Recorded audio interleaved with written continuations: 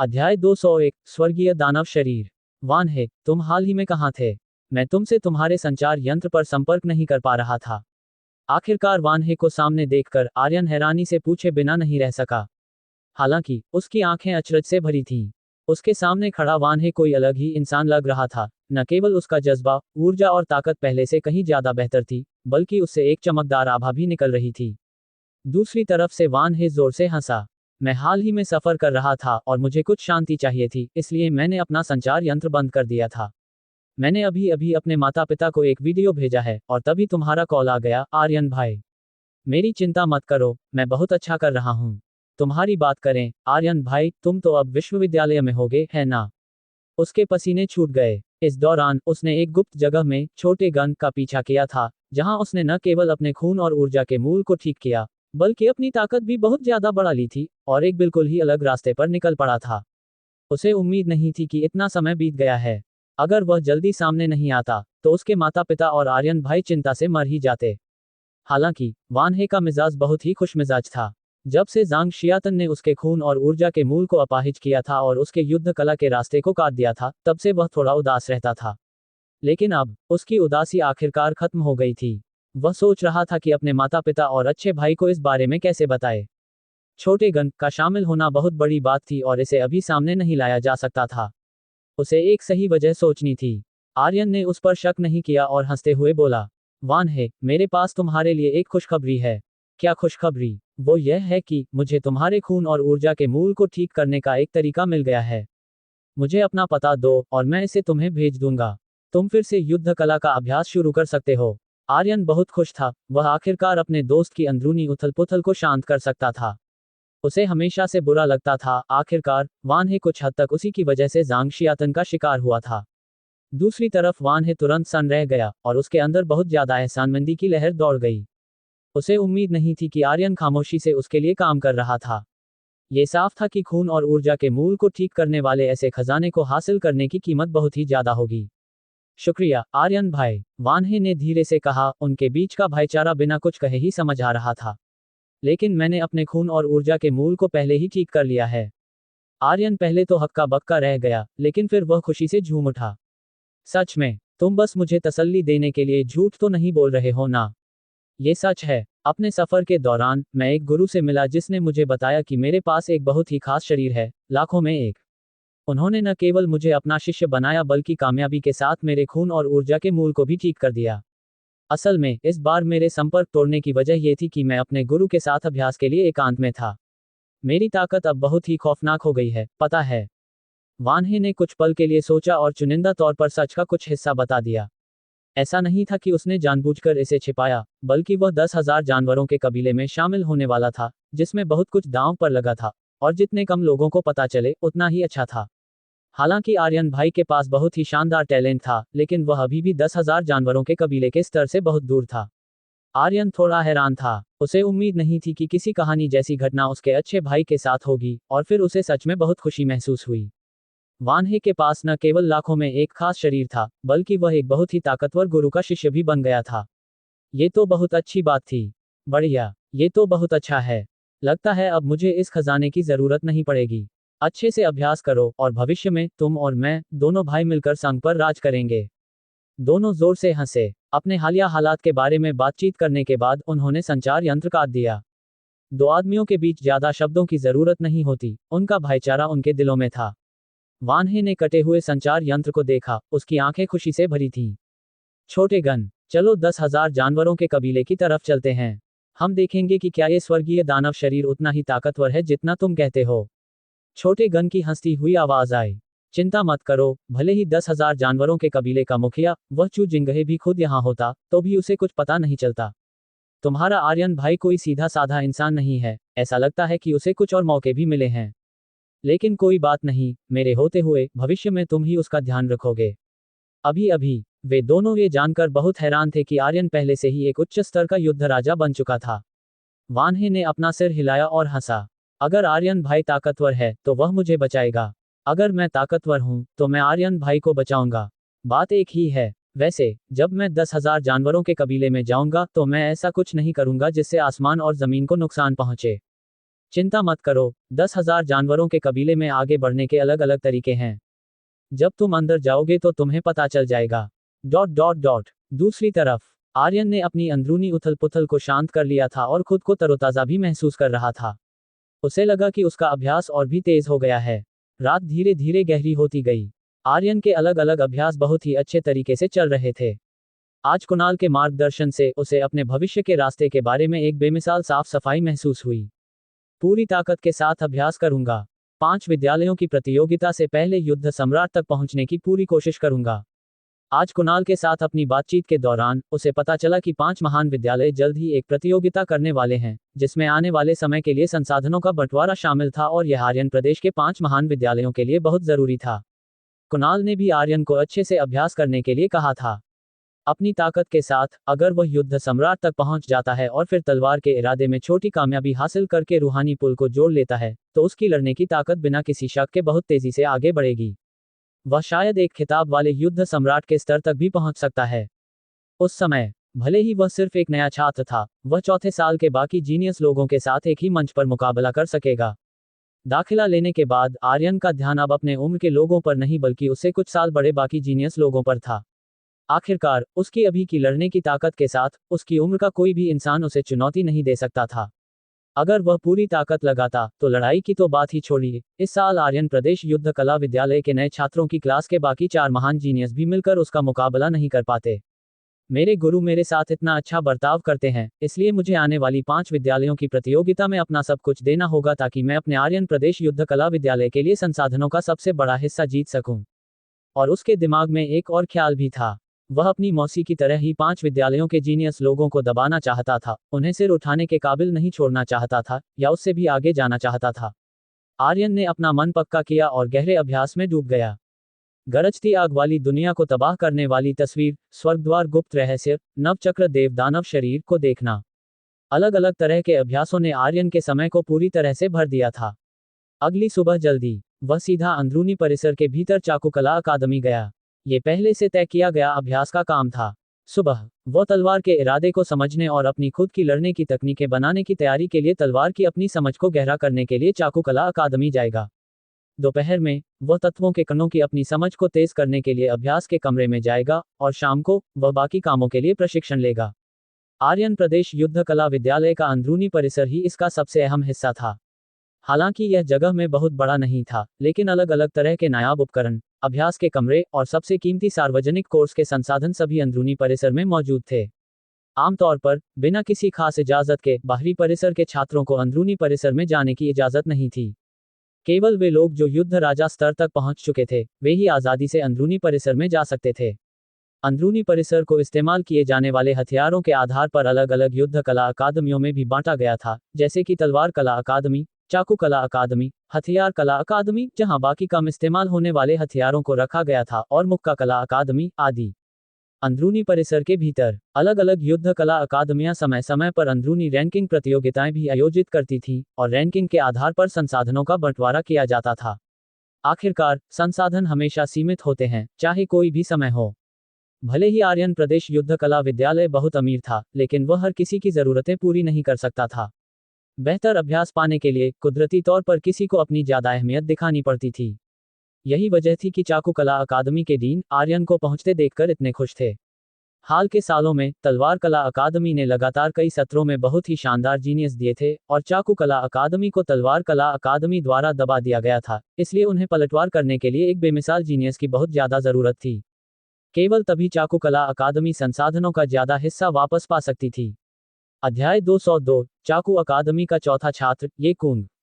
चाकू कला अकादमी यह एक बहुत ही बड़े इलाके में फैली हुई थी, कम से कम दर्जनों फुटबॉल के मैदानों जितनी बड़ी, जिसमें इमारतें एक दूसरे से जुड़ी हुई लगातार दूर तक फैली थीं।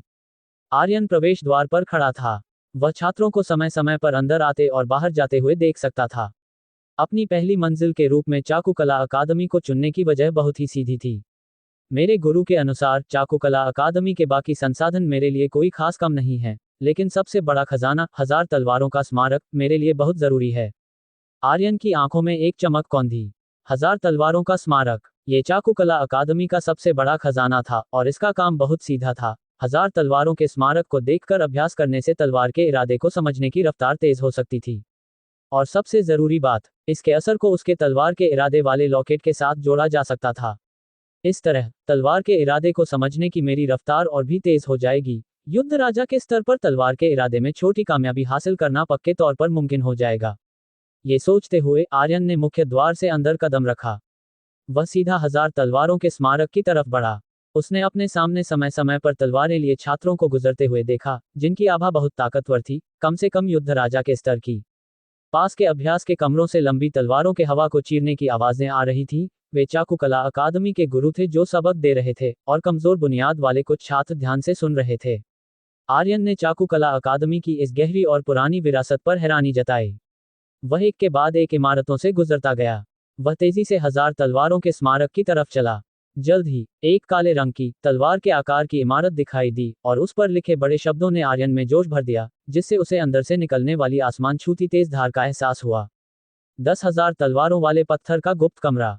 ये पक्के तौर पर तलवार के रास्ते में माहिर किसी बेमिसाल ताकतवर इंसान ने छोड़ा होगा। उसका दिल और भी ज्यादा उम्मीदों से भर गया जब उसने बड़े दरवाजे को धक्का देकर खोला और अंदर गया। स्वागत कक्ष पर किसी दूसरे विभाग की एक छात्रा बैठी थी, जो विद्यालय के अंक कमाने का एक तरीका भी था। जब उसने आर्यन को अंदर आते देखा तो उसकी आंखें तुरंत चमक उठी। आर्यन। 2 दिन पहले हुई नए छात्रों के दाखिले की प्रतियोगिता में आर्यन ने सभी जीनियस लोगों को कुचल दिया था और अंततः नए छात्रों के राजा का खिताब हासिल किया था, जिससे वह आर्यन प्रदेश युद्ध कला विद्यालय में मशहूर हो गया था और उसके अनगिनत प्रशंसक बन गए थे। लीवान नाम की यह लंबे बालों वाली लड़की इत्तेफाक से उन्हीं में से एक थी। हालांकि वह दूसरे साल की छात्रा थी, लेकिन आर्यन जैसे सबसे ऊंचे दर्जे के जीनियस के मुकाबले वह बहुत कमजोर थी। आर्यन, क्या तुम भी यहाँ 1000 तलवारों के स्मारक को समझने आए हो? लीवान की अच्छी भावना को महसूस करके आर्यन ने मुस्कुराते हुए सिर हिलाया। बिल्कुल सही। कृपया मुझे इस 1000 तलवारों के स्मारक को समझने के नियमों के बारे में बताएं। लीवान ने तुरंत कहा। 1000 तलवारों के स्मारक को समझने में हर घंटे विद्यालय के अंक खर्च होते हैं। जगह जितनी करीब होगी, समझने का असर उतना ही बेहतर होगा। पहली जगह तलवार के इरादे को समझने की रफ्तार को पूरे 50% तक तेज कर सकती है, लेकिन विद्यालय के अंकों का खर्च भी उतना ही खौफनाक है। 1 घंटे के 500 विद्यालय के अंक। पहली जगह अभी खाली है। क्या तुम अंदर जाना चाहते हो? खाली समय में काम करने का लीवान का ये पहला दिन था, और उसे अपने आदर्श से मिलने की उम्मीद नहीं थी। उसने जांचने के लिए कुछ पल नीचे देखा, फिर तुरंत ऊपर देखा, और पूरी खुशी के साथ बोली। वह आर्यन की मदद कर पाने पर बहुत खुश थी। ये सुनकर आर्यन की आंखें तुरंत चमक उठीं। उसे उम्मीद नहीं थी कि 1000 तलवारों के स्मारक का असर इतना शानदार होगा, जो समझने की रफ्तार को पूरे 50% तक तेज कर देगा, और साथ ही उसके तलवार के इरादे वाले लॉकेट से रफ्तार दोगुनी हो जाएगी। वह पूरा 1.5 गुना था। इसे मेरे लिए 4 घंटे के लिए खोल दो। आर्यन बहुत दरियादिल था। उसने अपना हाथ हिलाकर 2000 विद्यालय के अंक खर्च कर दिए, जिससे लीवान को बहुत ज्यादा ईर्ष्या हुई। उसे नहीं पता था कि उन 2000 विद्यालय के अंकों को इकट्ठा करने में उसे कितना समय लगेगा, लेकिन आर्यन के लिए ये सिर्फ 4 घंटे के अभ्यास की कीमत थी। आर्यन, अपना अभ्यास खत्म करने के बाद क्या तुम मुझे अपना हस्ताक्षर दे सकते हो? लीवान ने थोड़ी शर्मिंदगी लेकिन उम्मीद भरी नजरों के साथ कहा। अपने आदर्श के इतने करीब आ पाने और आर्यन के बेमिसाल खूबसूरत चेहरे को देखकर उसका दिल पहले से ही उत्साह से चीख रहा था, ये सोचकर कि बाद में वह अपनी सबसे अच्छी दोस्त को यह हस्ताक्षर दिखाएगी। आर्यन कुछ पल के लिए सन्न रह गया, फिर मुस्कुराया और सिर हिलाया। बिल्कुल। विद्यालय के अंकों का भुगतान करने के बाद आर्यन इमारत के अंदर गहराई तक गया और एक काले दरवाजे को धक्का देकर खोला। उसने जो देखा वह यह था कि दर्जनों छात्र पंखे के आकार में पालथी मारकर बैठे थे, अपनी आंखें बंद करके ध्यान लगा रहे थे और पूरी लगन से तलवार के इरादे को समझ रहे थे। आर्यन की नजरें एक एक करके उन पर घूमी। वह इन लोगों से निकलने वाली हल्की लेकिन ताकतवर आभा को महसूस कर सकता था। उनमें से ज्यादातर के पास युद्ध सम्राट के स्तर की ताकत थी, जो साफ तौर पर नए छात्र नहीं थे। फिर उसकी नजरें अचानक तेज हो गईं, जो बिल्कुल बीच में रखे तलवार वाले पत्थर की तरफ खींच गई थीं। उसने देखा कि 3 जांग लंबा एक काले रंग का तलवार के आकार का पत्थर वहां खड़ा था, जिससे एक बहुत ही गहरी लहर निकल रही थी, जो बिल्कुल तलवार के इरादे वाले लॉकेट जैसी ही थी। तलवार के इरादे से भी ऊंचे स्तर की ताकत, और यह मेरे तलवार के इरादे वाले लॉकेट में मौजूद ताकत से कहीं ज्यादा भरी हुई है। आर्यन की आंखें सिकुड़ गईं। ये ताकत, जो सीधा तलवार के रास्ते के मूल की तरफ इशारा कर रही थी, उसे मदहोश कर रही थी। काले तलवार वाले पत्थर को घेरे हुए खास सुरक्षा कवच को देखकर वह तुरंत समझ गया। इसे पक्के तौर पर आर्यन प्रदेश युद्ध कला विद्यालय के वरिष्ठ लोगों द्वारा खास तौर पर तैयार किया गया होगा, काले तलवार वाले पत्थर के असर को सबसे ज्यादा बढ़ाने के लिए। हालांकि इसे बढ़ाने की ताकत उसके अपने तलवार के इरादे वाले लॉकेट जितनी मजबूत नहीं थी, लेकिन इसे कम से कम कई सदियों तक इस्तेमाल किया जा सकता था। सुरक्षा कवच से छनकर निकलने के बाद वह लहर पंखे के आकार में बाहर की तरफ फैल जाती है। इसमें कोई ताज्जुब नहीं कि जो जितना करीब होगा, उसे बढ़ाने का असर उतना ही बेहतर होगा। आर्यन के अंदाजे के मुताबिक अगर पहली जगह 50% तक बढ़ा सकती थी, तो आखिरी पंक्ति शायद ज्यादा से ज्यादा 10% तक ही बढ़ा पाएगी। लेकिन फिर भी यह अभी भी एक ऐसा खजाना था जिसके लिए हर कोई उमड़ पड़ता था। 10% रफ्तार का बढ़ना अगर सालों तक इकट्ठा किया जाए तो काफी समय बचा सकता था, और रुकावटों को पार करते समय इसके हैरान कर देने वाले चमत्कारी असर भी हो सकते थे। जैसे जैसे उसके विचार घूम रहे थे, आर्यन पहले ही सभी छात्रों को पार कर चुका था और धीरे से पहली जगह पर बैठ गया। हर एक मिनट और हर एक सेकंड में विद्यालय के अंक खर्च हो रहे थे, और वह समय बर्बाद नहीं करना चाहता था। पालथी मारकर बैठते हुए आर्यन जल्दी से ध्यान की अवस्था में चला गया। पल भर में उस गहरी लहर ने आर्यन को लपेट लिया, और अपने तलवार के इरादे वाले लॉकेट की बढ़ती हुई ताकत के साथ आर्यन ने तुरंत खुद को तलवार के रास्ते के समंदर में डूबा हुआ महसूस किया। लगातार अलग अलग तरह के ज्ञान उभरने लगे। बिजली और आग वाला तलवार का इरादा एक दिखाई देने वाली रफ्तार से लगातार छोटी कामयाबी के स्तर की तरफ बढ़ने लगा। किसी रॉकेट पर सवार होने का यह एहसास उसे बहुत ही ज्यादा आराम दे रहा था। उससे निकलने वाली हल्की सी ताकतवर आभा ने बाकी छात्रों को हैरान कर दिया। ये बिजली और आग वाले तलवार के इरादे का असर था। इस ऊंचे दर्जे के तलवार के इरादे ने दूसरों के आम तलवार के इरादों को खामोशी से दबा दिया था। करीब बैठे कुछ छात्रों ने अपनी आंखें खोलीं और हैरानी से पहली जगह की तरफ देखा। उस अनजानी सी पीठ ने उनकी आंखें चौड़ी कर दीं। अरे, ये वह इंसान ये कूंग नहीं है। हर कोई 2 दिन पहले नए छात्रों की प्रतियोगिता देखने नहीं गया था। किसी ने आर्यन की पहचान ली और फुसफुसाते हुए कहा, वह इस साल के नए छात्रों में पहले स्थान पर आने वाला आर्यन होना चाहिए। अभी अभी चाकुकला अकादमी में शामिल होने की वजह से उसके लिए नियमों को ना समझना आम बात है। एक छात्र की आंखों में मजाक की एक झलक कौंधी। क्या हुआ अगर वह नए छात्रों का विजेता है? जब वह चाकुकला अकादमी में आता है, तो एक ड्रैगन को भी आज्ञाकारी बनकर सिकुड़ना पड़ता है। ये कुंग उसे सिखाएगा कि कैसे बर्ताव करना है। पहली जगह हर किसी के लिए नहीं है। एक नए छात्र के रूप में आर्यन कुदरती तौर पर चाकुकला अकादमी के नियमों को नहीं जानता था। ये 1000 तलवारों का स्मारक चाकुकला अकादमी का सबसे बड़ा खजाना था, और हर कोई इसे आकर समझने के काबिल नहीं था। सबसे पहले, किसी के पास काफी विद्यालय के अंक होने चाहिए। यह एक साफ नियम था। दूसरा, इंसान की ताकत काफी होनी चाहिए। इंसान की ताकत उसे किस जगह पर बैठने की इजाजत देती है, इसके लिए कुछ खास शर्तें थीं। अभी चाकुकला अकादमी के चोटी के 3 जीनियस स्कूल में नहीं थे, इसलिए इस 1000 तलवारों के स्मारक के लिए पहली जगह कुदरती तौर पर ये कुंग ने ले ली थी, जो चौथे स्थान पर था। जो भी इसे छीनने की हिम्मत करेगा, उसे पक्के तौर पर सबक सिखाया जाएगा। ये स्कूल और चाकुकला अकादमी द्वारा बिना कुछ कहे माना गया एक नियम था। स्वस्थ प्रतियोगिता छात्रों को और आगे जाने में मदद कर सकती थी। एक ग्रीनहाउस केवल फूल ही पैदा कर सकता है, ऐसे खंभे नहीं जो संघ का सहारा बन सकें। सभी ने अपना सिर हिलाया, आर्यन की पीठ की तरफ देखते हुए। मन ही मन आहें भर रहे थे। एक और नौजवान जो अपनी हैसियत नहीं जानता।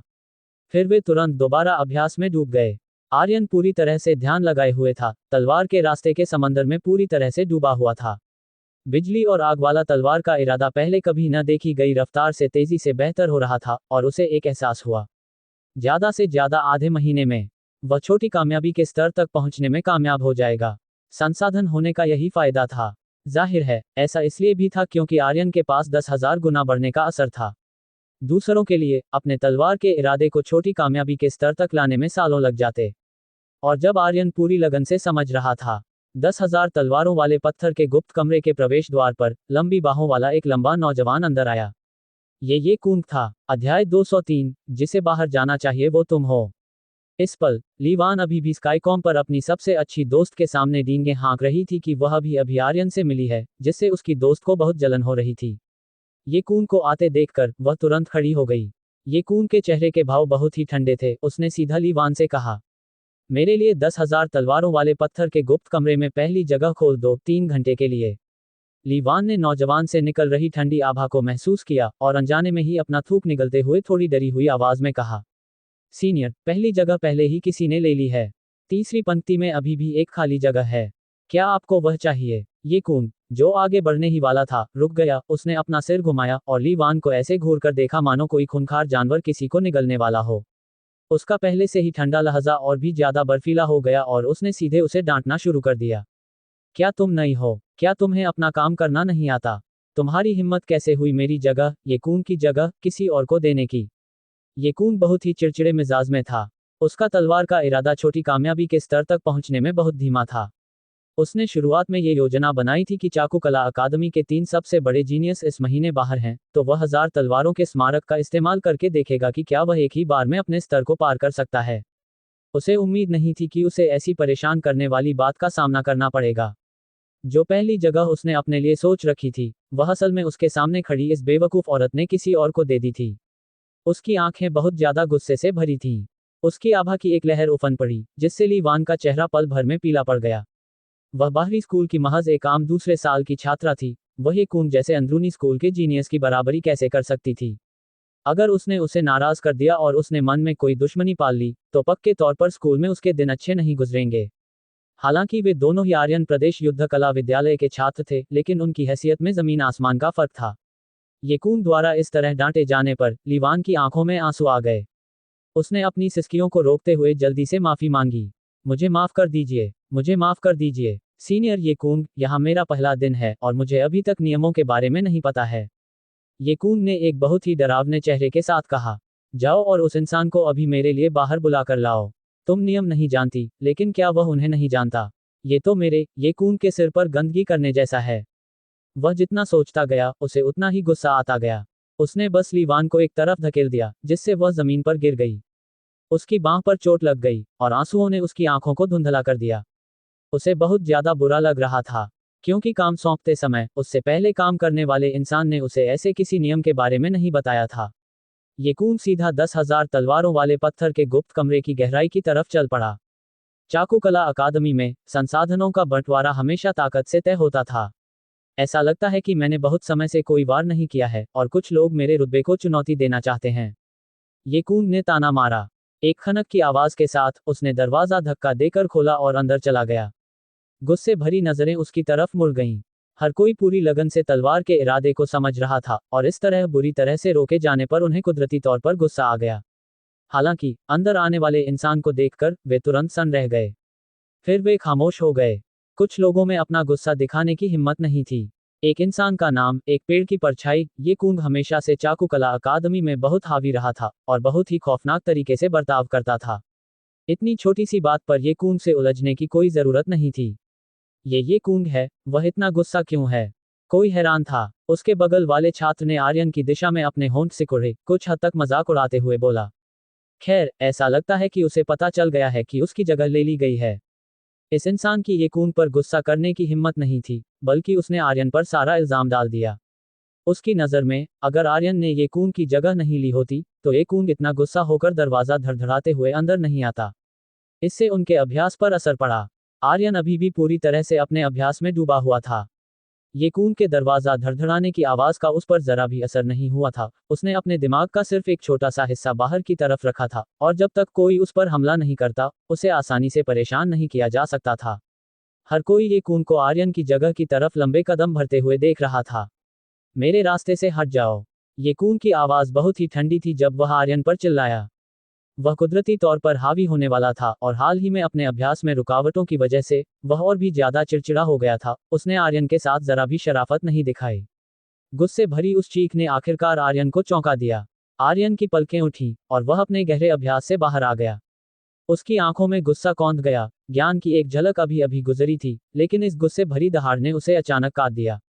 ज्ञान की इस झलक को बर्बाद होते देखकर उसे बहुत ही ज्यादा गुस्सा आ रहा था। हालांकि किस्मत से असर बहुत बड़ा नहीं था, बस अभ्यास में डूबे रहने के दौरान जबरदस्ती रोके जाने का एहसास ही उसे बहुत बेचैन कर रहा था।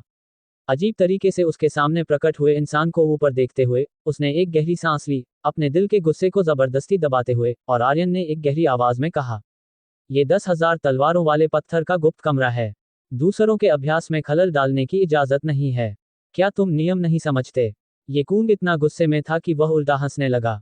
नियम? तुम मुझे नियम सिखा रहे हो? तो मैं तुम्हें बता दूं, जिस जगह पर तुम बैठे हो वह मेरी है, ये कूंग की। क्या ये काफी साफ है? वे दोनों एक दूसरे से उलझ पड़े थे। इसने तुरंत हर किसी को उनके अभ्यास से जगा दिया और वे आपस में चर्चा करने लगे। यह आर्यन है। उसने 2 दिन पहले ही नए छात्रों के दाखिले की प्रतियोगिता में पहला स्थान हासिल किया है। उसकी लड़ने की ताकत यहाँ मौजूद कई लोगों से ज्यादा है। ये पक्के तौर पर एक बेमिसाल जीनियस है, जो संघ में हर 100 या 1000 साल में एक बार दिखाई देता है। ऐसा लगता है कि वह अभी अभी चाकुकला अकादमी में आया है, और किसी ने उसे 1000 तलवारों के स्मारक को समझने के नियमों के बारे में नहीं बताया है। क्या हुआ अगर वह हर 100 साल में दिखाई देने वाला जीनियस है? वह अभी महज एक नया छात्र है। क्या वह ये कून की बराबरी कर सकता है? हाँ, चाहे कोई भी हो, उन्हें चाकुकला अकादमी के नियमों का पालन करना ही होगा। ये सच है, लेकिन आर्यन का अनजान होना पूरी तरह से समझ में आता है, जबकि ये कून कुछ ज्यादा ही हावी हो रहा है, इतने सारे लोगों के अभ्यास में खलल डाल रहा है। क्या वह सच में खुद को चाकुकला अकादमी का सबसे बेहतरीन छात्र मानता है? यहाँ तक कि जू तियांगांग भी इतना घमंडी नहीं होगा। बिल्कुल सही, बिल्कुल सही। सभी धीमी आवाज में चर्चा कर रहे थे। कुछ लोगों को लगा कि ये कून सही था और उसे नए छात्र को नियम सिखाने चाहिए, जबकि कुछ लोगों को लगा कि ये कून बहुत ही ज्यादा घमंडी है और उनकी बातों में बहुत ज्यादा नफरत थी। साफ तौर पर, चाकुकला अकादमी में ये कून को ज्यादा लोग पसंद नहीं करते थे।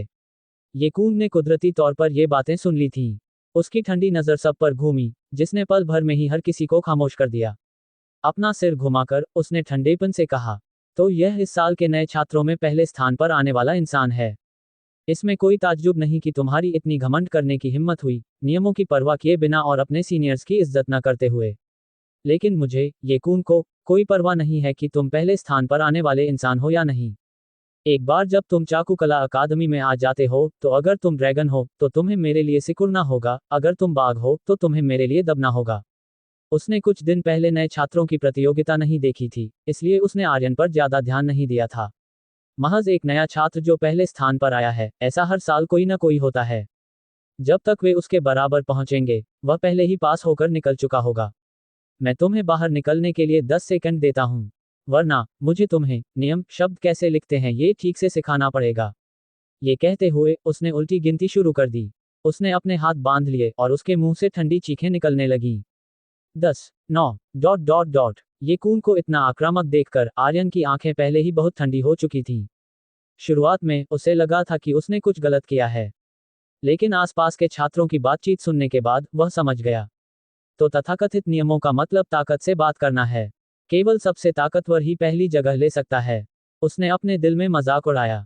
ये कून से उफनती हुई आभा को महसूस करके वह बिल्कुल नहीं डरा। कोई पहले ही उसके सिर पर गंदगी कर रहा था, अगर वह पीछे हट जाता तो यह आर्यन के मिजाज के बिल्कुल खिलाफ होता। इस जगह पर तुम्हारा नाम नहीं लिखा है। जिसे बाहर जाना चाहिए वो तुम हो। आर्यन ने ठंडेपन से जवाब दिया। जिस दिन से मैं, आर्यन, यहाँ आया हूँ, ये जगह मेरी है। अगर तुम नियमों के बारे में बात करना चाहते हो, तो मैं बाद में तुम्हारे साथ उनके बारे में अच्छे से बात करूंगा। अब मेरे रास्ते से हट जाओ और मेरे अभ्यास में खलल मत डालो। आर्यन बहुत ही ज्यादा हावी हो रहा था, उसकी आंखों में एक हावी होने वाला भाव दिखाई दे रहा था, जिसने तुरंत हर किसी को हक्का बक्का कर दिया। अध्याय 204, बिजली और आग का जानलेवा धमाका। आसपास के लोग तुरंत उत्साहित हो गए। देखने के लिए एक बहुत अच्छा तमाशा था। हे भगवान, इस लड़के की असल में ये कून से इस तरह बात करने की हिम्मत कैसे हुई? वह शायद नए छात्रों की प्रतियोगिता जीतने के बाद थोड़ा बहक गया है, ये सोचकर कि आर्यन प्रदेश युद्ध कला विद्यालय में कोई उसे काबू नहीं कर सकता। अफसोस, आर्यन अभी भी बहुत जवान और जल्दबाज है। क्या इस बार झुक जाना और बाद में बदला लेना बेहतर नहीं होता? हर कोई आर्यन के लिए निराश था। यहाँ तक कि देखने गए कुछ पुराने छात्रों ने भी अपनी आंखों में अफसोस की झलक के साथ धीरे से अपना सिर हिलाया। वे दोनों के बीच के फासले को ज्यादा अच्छी तरह जानते थे। हालांकि आर्यन इस साल का सबसे बेहतरीन नया छात्र था, लेकिन इसका मतलब केवल यह था कि आर्यन की क्षमता बहुत ही हैरान कर देने वाली थी। ये कून ने आर्यन से 2 साल ज्यादा अभ्यास किया था और नए छात्रों की प्रतियोगिता में आर्यन के प्रदर्शन को देखते हुए वह ये कून का प्रतिद्वंद्वी नहीं था। ये कून के पास 4 सितारा युद्ध सम्राट की लड़ने की ताकत है। आर्यन कुछ ज्यादा ही लापरवाह है। ऐसा लगता है कि उसे शारीरिक तौर पर भुगतना ही पड़ेगा। कुछ छात्र ये देखने की हिम्मत नहीं जुटा पा रहे थे। जहां तक ये कून की बात है, वह बहुत ज्यादा गुस्से में था, बेहद गुस्से में हंस रहा था, लगभग ये सोच रहा था कि उसने गलत सुना है। वह चाकुकला अकादमी में बेखौफ घूमता था।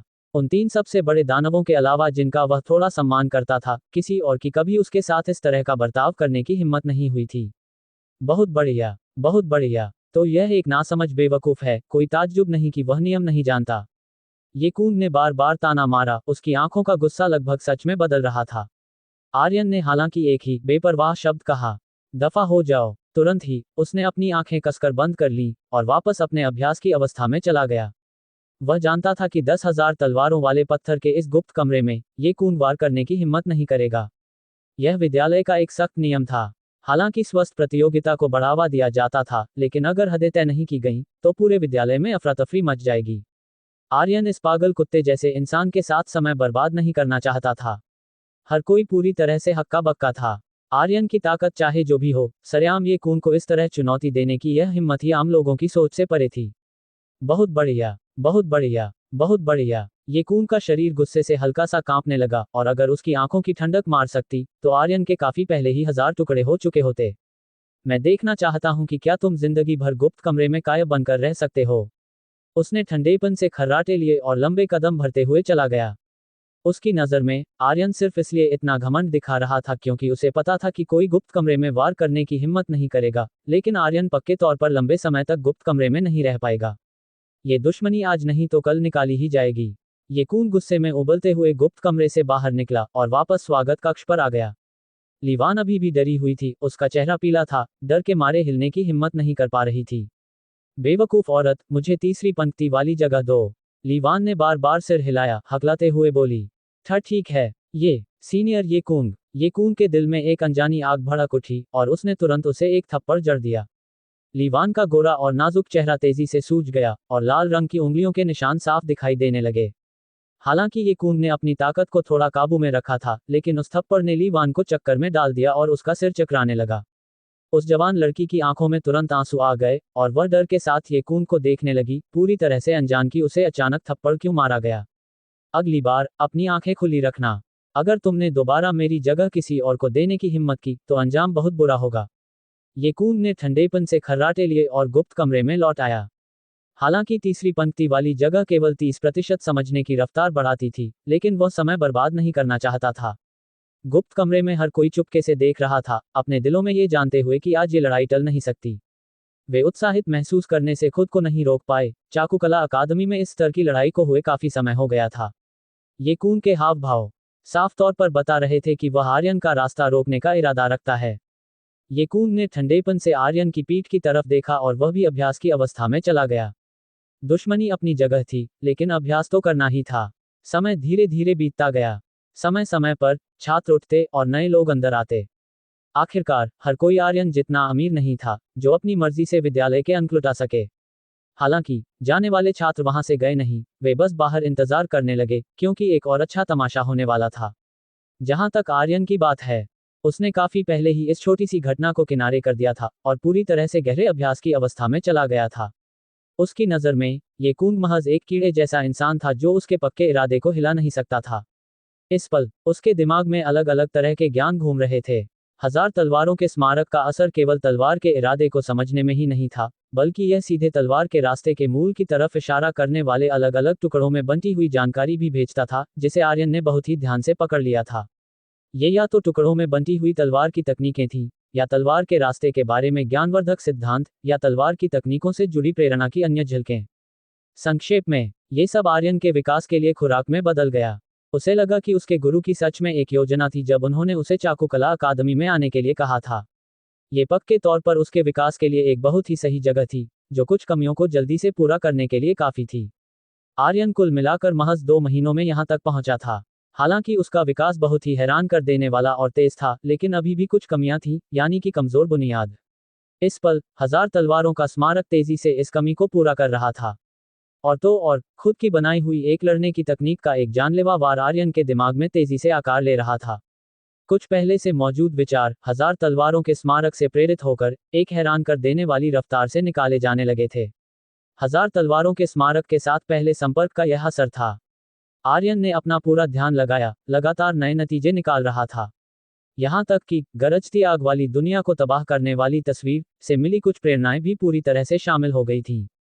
बिजली और आग दोनों ही बहुत ही खौफनाक हमलावर ताकत वाले तत्व हैं, जो बहुत ही भयंकर, हावी होने वाले और तबाह करने वाले हैं। वे एक दूसरे के मेल में नहीं लगते, लेकिन असल में जब तक शर्तें पूरी होती हैं, उन्हें एक दूसरे में बदला भी जा सकता है। आसमानी बिजली का लकड़ी पर गिरना और लकड़ी से आग का पैदा होना, यह इसका सबसे आम उदाहरण है। इसके अलावा आसमानी बिजली की बहुत तेज रफ्तार हवा से रगड़ खाकर आग भी पैदा कर सकती है। और मुझे तत्वों के कणों के एक बहुत ही बुनियादी नजरिए से बिजली को आग में बदलने के तरीके खोजने की जरूरत है। एक बार जब यह वार कामयाबी के साथ बन जाएगा तो ये पक्के तौर पर मेरे बिजली और आग वाले तलवार के इरादे को पूरी तरह से बाहर निकाल देगा और मेरी लड़ने की ताकत बिना किसी शक के आसमान छूने लगेगी। ये लगभग हो गया है, बस कुछ ही देर में। आर्यन के दिल में बहुत ज्यादा खुशी पैदा हुई। कामयाबी के इस एहसास को दूसरों के लिए शब्दों में बयां करना नामुमकिन था। अभ्यास में तरक्की करना सच में नशे जैसा हो सकता है। उसके दिमाग में बिजली और आग वाला तलवार का इरादा लगातार विकसित हो रहा था। 10,000 गुना बढ़ने के असर के तहत आर्यन की समझ सच में बहुत ही ज्यादा खौफनाक थी। बिजली और आग लगातार रूप ले रही थी, बदलने लगी थी और तलवार के इरादे को मिला रही थी। समय धीरे धीरे बीतता गया। बूम! आर्यन के दिमाग में एक न दिखाई देने वाली दहाड़ के फूटने के साथ ऐसा लगा मानो एक बेमिसाल तेज तलवार की रोशनी पल भर में ही जल उठी हो। शुरुआत में ये सिर्फ बिजली थी जो बिजली की बहुत तेज रफ्तार को पूरी तरह से बढ़ा रही थी। तलवार की रोशनी और भी तेज होती गई और जैसे ही वह उड़ी, तलवार की नोक से एक बहुत ही हैरान कर देने वाला गहरा लाल रंग उभरा। अंत में पूरी तलवार की रोशनी एक बैंगनी लाल चमकदार अवस्था में बदल गई और यह गहरे लाल रंग की तरफ बदलती रही। बूम! वह खौफनाक तलवार की रोशनी फट पड़ी, जिसने पल भर में ही बने हुए एक छोटे पहाड़ को चकनाचूर कर दिया। उफनती हुई आग की लपटें कभी खत्म न होने वाली थीं और बिजली लगातार इकट्ठी होती रही और अंततः पूरी तरह से आग में बदल गई। यह आर्यन के इस वार का सार था। आर्यन ने अपनी आंखें खोलीं, जो बहुत बड़ी खुशी से भरी थीं। मेरा अपना बनाया हुआ पहला वार। मैं तुम्हें बिजली और आग का जानलेवा धमाका कहूंगा। अध्याय 205 नियम क्या हैं? बिजली और आग का जानलेवा धमाका। शायद यह अभी पूरी तरह से मुकम्मल नहीं था, लेकिन आर्यन के अपने बनाए हुए पहले जानलेवा वार के रूप में यह बहुत बड़ी अहमियत रखता था। यह इस बात का इशारा था कि आर्यन पहले ही अपने रास्ते पर निकल पड़ा है। सिर्फ इतना ही नहीं, आर्यन की लड़ने की ताकत फिर से बहुत तेजी से बढ़ गई थी, जिसने उसे 4 सितारा युद्ध सम्राटों के बीच भी एक ताकतवर दावेदार बना दिया था। इसमें कोई ताज्जुब नहीं कि मेरे गुरु ने मुझे बताया था कि एस श्रेणी की लड़ने की तकनीकों को इरादे वाली लड़ने की तकनीकें भी कहा जाता है। मेरा बिजली और आग का जानलेवा धमाका मेरे बिजली और आग वाले तलवार के इरादे को पूरी तरह से मिलाता है और इसकी ताकत सच में बहुत खौफनाक है। आर्यन की आंखों में एक तेज चमक कौंधी। इससे पहले ए श्रेणी की लड़ने की तकनीकों के जानलेवा वार, चाहे वह भयंकर ज्वाला धमाका हो या बिजली वाले ड्रैगन का वार, इरादे के स्तर तक पहुंचने के बाद भी तलवार के इरादे की ताकत को पूरी तरह से बाहर निकालने में नाकाम थे। मेरे बिजली और आग के जानलेवा धमाके को कुछ हद तक पहले से ही एस श्रेणी की लड़ने की तकनीक माना जा सकता है। बस मेरे बिजली और आग वाले तलवार के इरादे ने अभी तक छोटी कामयाबी हासिल नहीं की है। एक बार जब ये हो जाएगा तो ये सच में एक एस श्रेणी की लड़ने की तकनीक बन जाएगी। अपने दिल के उत्साह को धीरे धीरे काबू करते हुए आर्यन धीरे से खड़ा हुआ। 10,000 तलवारों वाले पत्थर के गुप्त कमरे में पहले ही 3 घंटे से ज्यादा का समय बीत चुका था और समय खत्म होने में केवल कुछ ही मिनट बचे थे। लड़ने की तकनीक बनाने के बाद आर्यन को लगा कि उसकी सारी प्रेरणा खत्म हो गई है, इसलिए आगे समझने की कोई जरूरत नहीं थी। किसी भी चीज की अति बुरी होती है। अगर वह आंखें मूंद कर खुद को और समझने के लिए मजबूर करता तो इससे उसकी रूह को नुकसान पहुंच सकता था। हालांकि अभ्यास हर पल का फायदा उठाने पर जोर देता है, लेकिन इसमें मेहनत और आराम का संतुलन भी जरूरी है। आर्यन ने इसे बहुत गहराई से महसूस किया। उसने अंगड़ाई ली और फिर सीधा दरवाजे से बाहर चला गया। ये कून के शोर मचाने वाली उस छोटी सी घटना को वह काफी पहले ही भूल चुका था। हालांकि आर्यन ने इसे दिल पर नहीं लिया था, लेकिन ये कून ने अपने दिल में दांत पीस लिए थे। वह गुस्से में उबल रहा था, मुश्किल से गहरे अभ्यास की अवस्था में जा पाया था, जिससे उसके कई घंटे बेकार चले गए थे। आर्यन के खड़े होने के पल भर बाद ही वह तुरंत चौकन्ना हो गया। आर्यन की पीठ को देखते हुए ये कून की आंखें ठंडक से भर गईं और उसने तेजी से उसका पीछा किया। भागना चाहते हो? बिल्कुल नहीं। और बाकी छात्रों ने भी ध्यान दिया। कुछ खाली बैठे लोगों ने अपना अभ्यास रोक दिया और सीधे उनके पीछे बाहर निकल गए। ये कून को वार किए हुए काफी समय हो गया था। उसे करीब से देखने पर शायद कुछ ज्ञान मिल सके।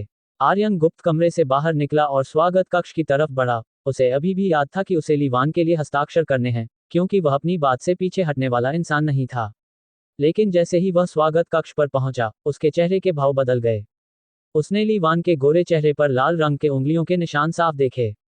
2 घंटे से ज्यादा का समय बीत चुका था और थप्पड़ के निशान अभी भी साफ दिखाई दे रहे थे, जो दिखा रहा था कि एक ऊन ने कितनी ताकत का इस्तेमाल किया था। आर्यन के मन में लीवान के लिए अच्छी छाप थी। वह दिखने में नाजुक, संस्कारी और दयालु थी, और सबसे जरूरी बात, वह उसकी छोटी सी प्रशंसक थी। और अब हालात देखकर लग रहा था कि उसे पीटा गया था।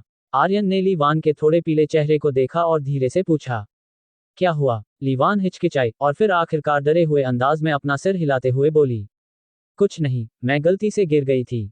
उसने पहले ही पूछताछ कर ली थी और उसे पता चला था कि जिसने उसे मारा था वह ये कुंग था जो चाकुकला अकादमी में चौथे स्थान पर था। हालांकि उसके आदर्श की क्षमता बहुत ही हैरान कर देने वाली थी और वह एक बेमिसाल जीनियस था, लेकिन शायद वह भी ये कुंग का मुकाबला नहीं कर सकता था। वह आर्यन को इस मामले में नहीं घसीटना चाहती थी। ली वान के थोड़े हिचकिचाते हुए चेहरे को देखकर आर्यन इतना समझदार होने के नाते कड़ियां जोड़ लीं और धुंधले तौर पर अंदाजा लगा लिया कि क्या हुआ था। उसके चेहरे के भाव तुरंत गंभीर हो गए। क्या वह ये कुंग था? ली वान ने डर के मारे अपने हाथ हिलाए। इस पल पीछे से एक ठंडी हंसी सुनाई दी। अगर वो मैं था तो क्या? अगर मुझे पता होता कि यह घटिया औरत तुम्हारे साथ है तो मैं उसे सिर्फ एक थप्पड़ नहीं मारता। ये कूंग अपने हाथ बांधे ताना मारते हुए 10,000 तलवारों वाले पत्थर के गुप्त कमरे से बाहर निकला। उसके पीछे चाकुकला अकादमी के छात्रों की एक बड़ी भीड़ थी जो तमाशा देख रही थी। मैं सोच रहा था कि तुम्हारी इतनी घमंड करने की हिम्मत कैसे हुई। तो तुम अपना अभ्यास जल्दी खत्म करके चुपके से भागने की योजना बना रहे थे। हाँ चलो, मुझे वह घमंड दिखाओ जो अभी अभी तुमने गुप्त कमरे में दिखाया था। ये कून की आंखें पागलपन और घमंड से भरी थीं। गुप्त कमरे के बाहर आर्यन, जो महज एक नया छात्र था, पूरी तरह से उसके रहमोकरम पर था। ली वान का चेहरा बहुत ही पीला पड़ गया था। वह खुद को कसूरवार महसूस कर रही थी। अगर उसने नियमों को गलत नहीं समझा होता तो आर्यन इतनी अजीब स्थिति में कैसे फंसता। लेकिन आर्यन की आंखें पूरी तरह से ठंडी हो चुकी थीं। उसने ये कून को गंभीरता से नहीं लिया था, लेकिन उसे उम्मीद नहीं थी कि ये कून किसी पागल कुत्ते की तरह बिना थके उसका पीछा करेगा। कितनी शर्म की बात है कि तुम्हें चाकुकला अकादमी का चौथा सबसे बड़ा जीनियस माना जाता है, फिर भी तुम किसी दूसरी अकादमी की एक जवान लड़की पर इतने जालिम तरीके अपनाते हो। ऐसा लगता है कि तुम में कोई खास बात नहीं है।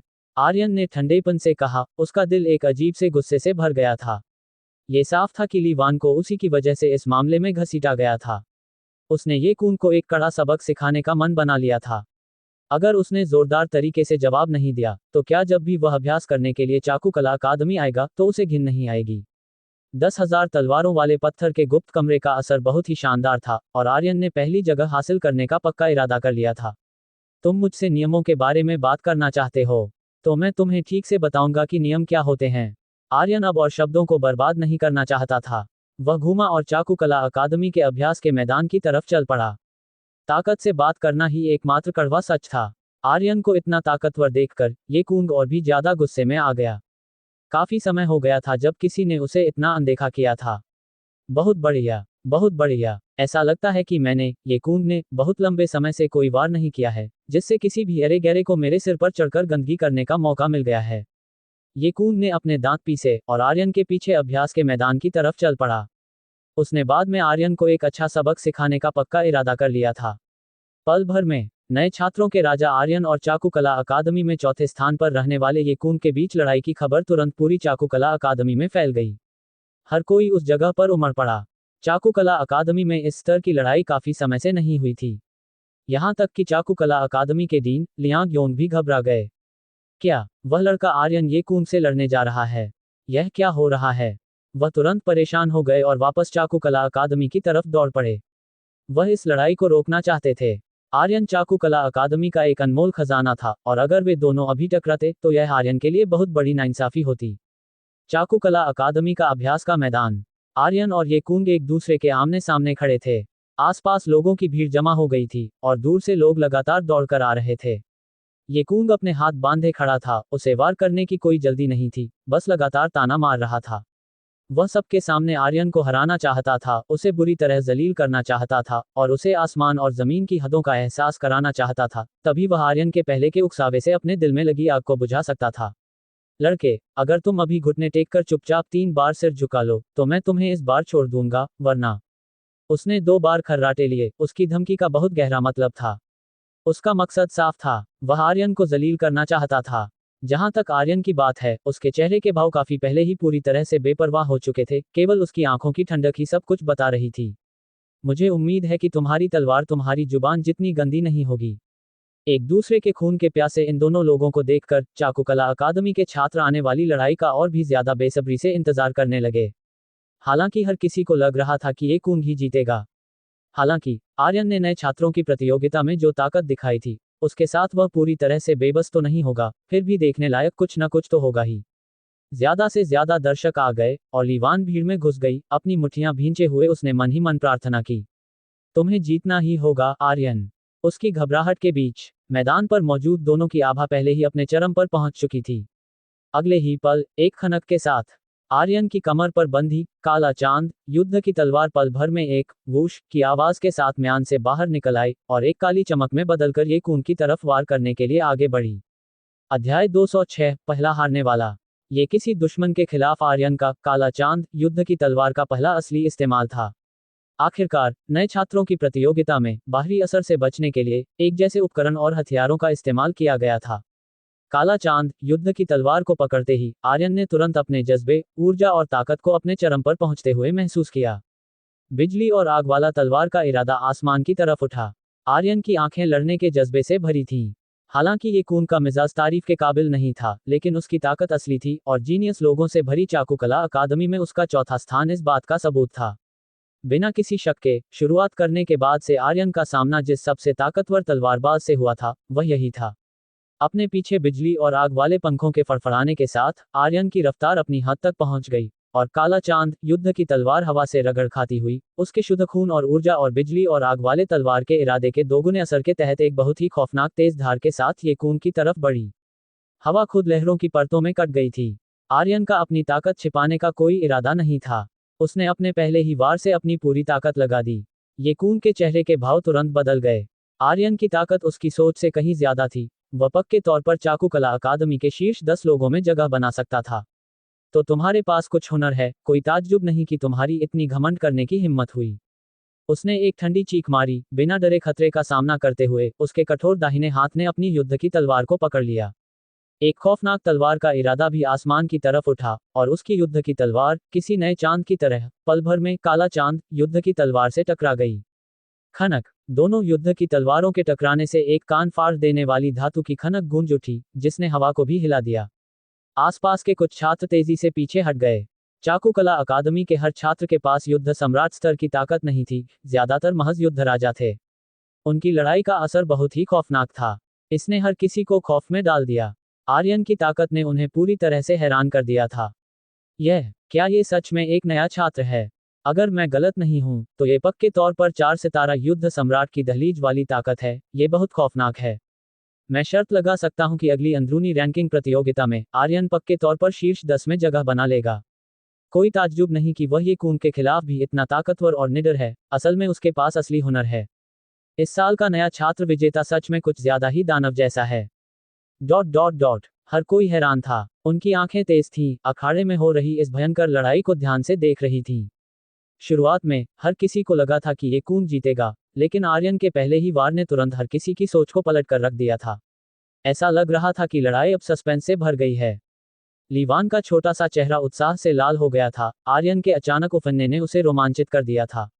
उसे पीटो आर्यन, उसे जोर से पीटो। मैदान पर उनकी लड़ाई और भी ज्यादा भयंकर होती गई। आर्यन का बिजली और आग वाला तलवार का इरादा तेजी से आगे बढ़ रहा था और लगातार छोटी कामयाबी के स्तर की तरफ जा रहा था।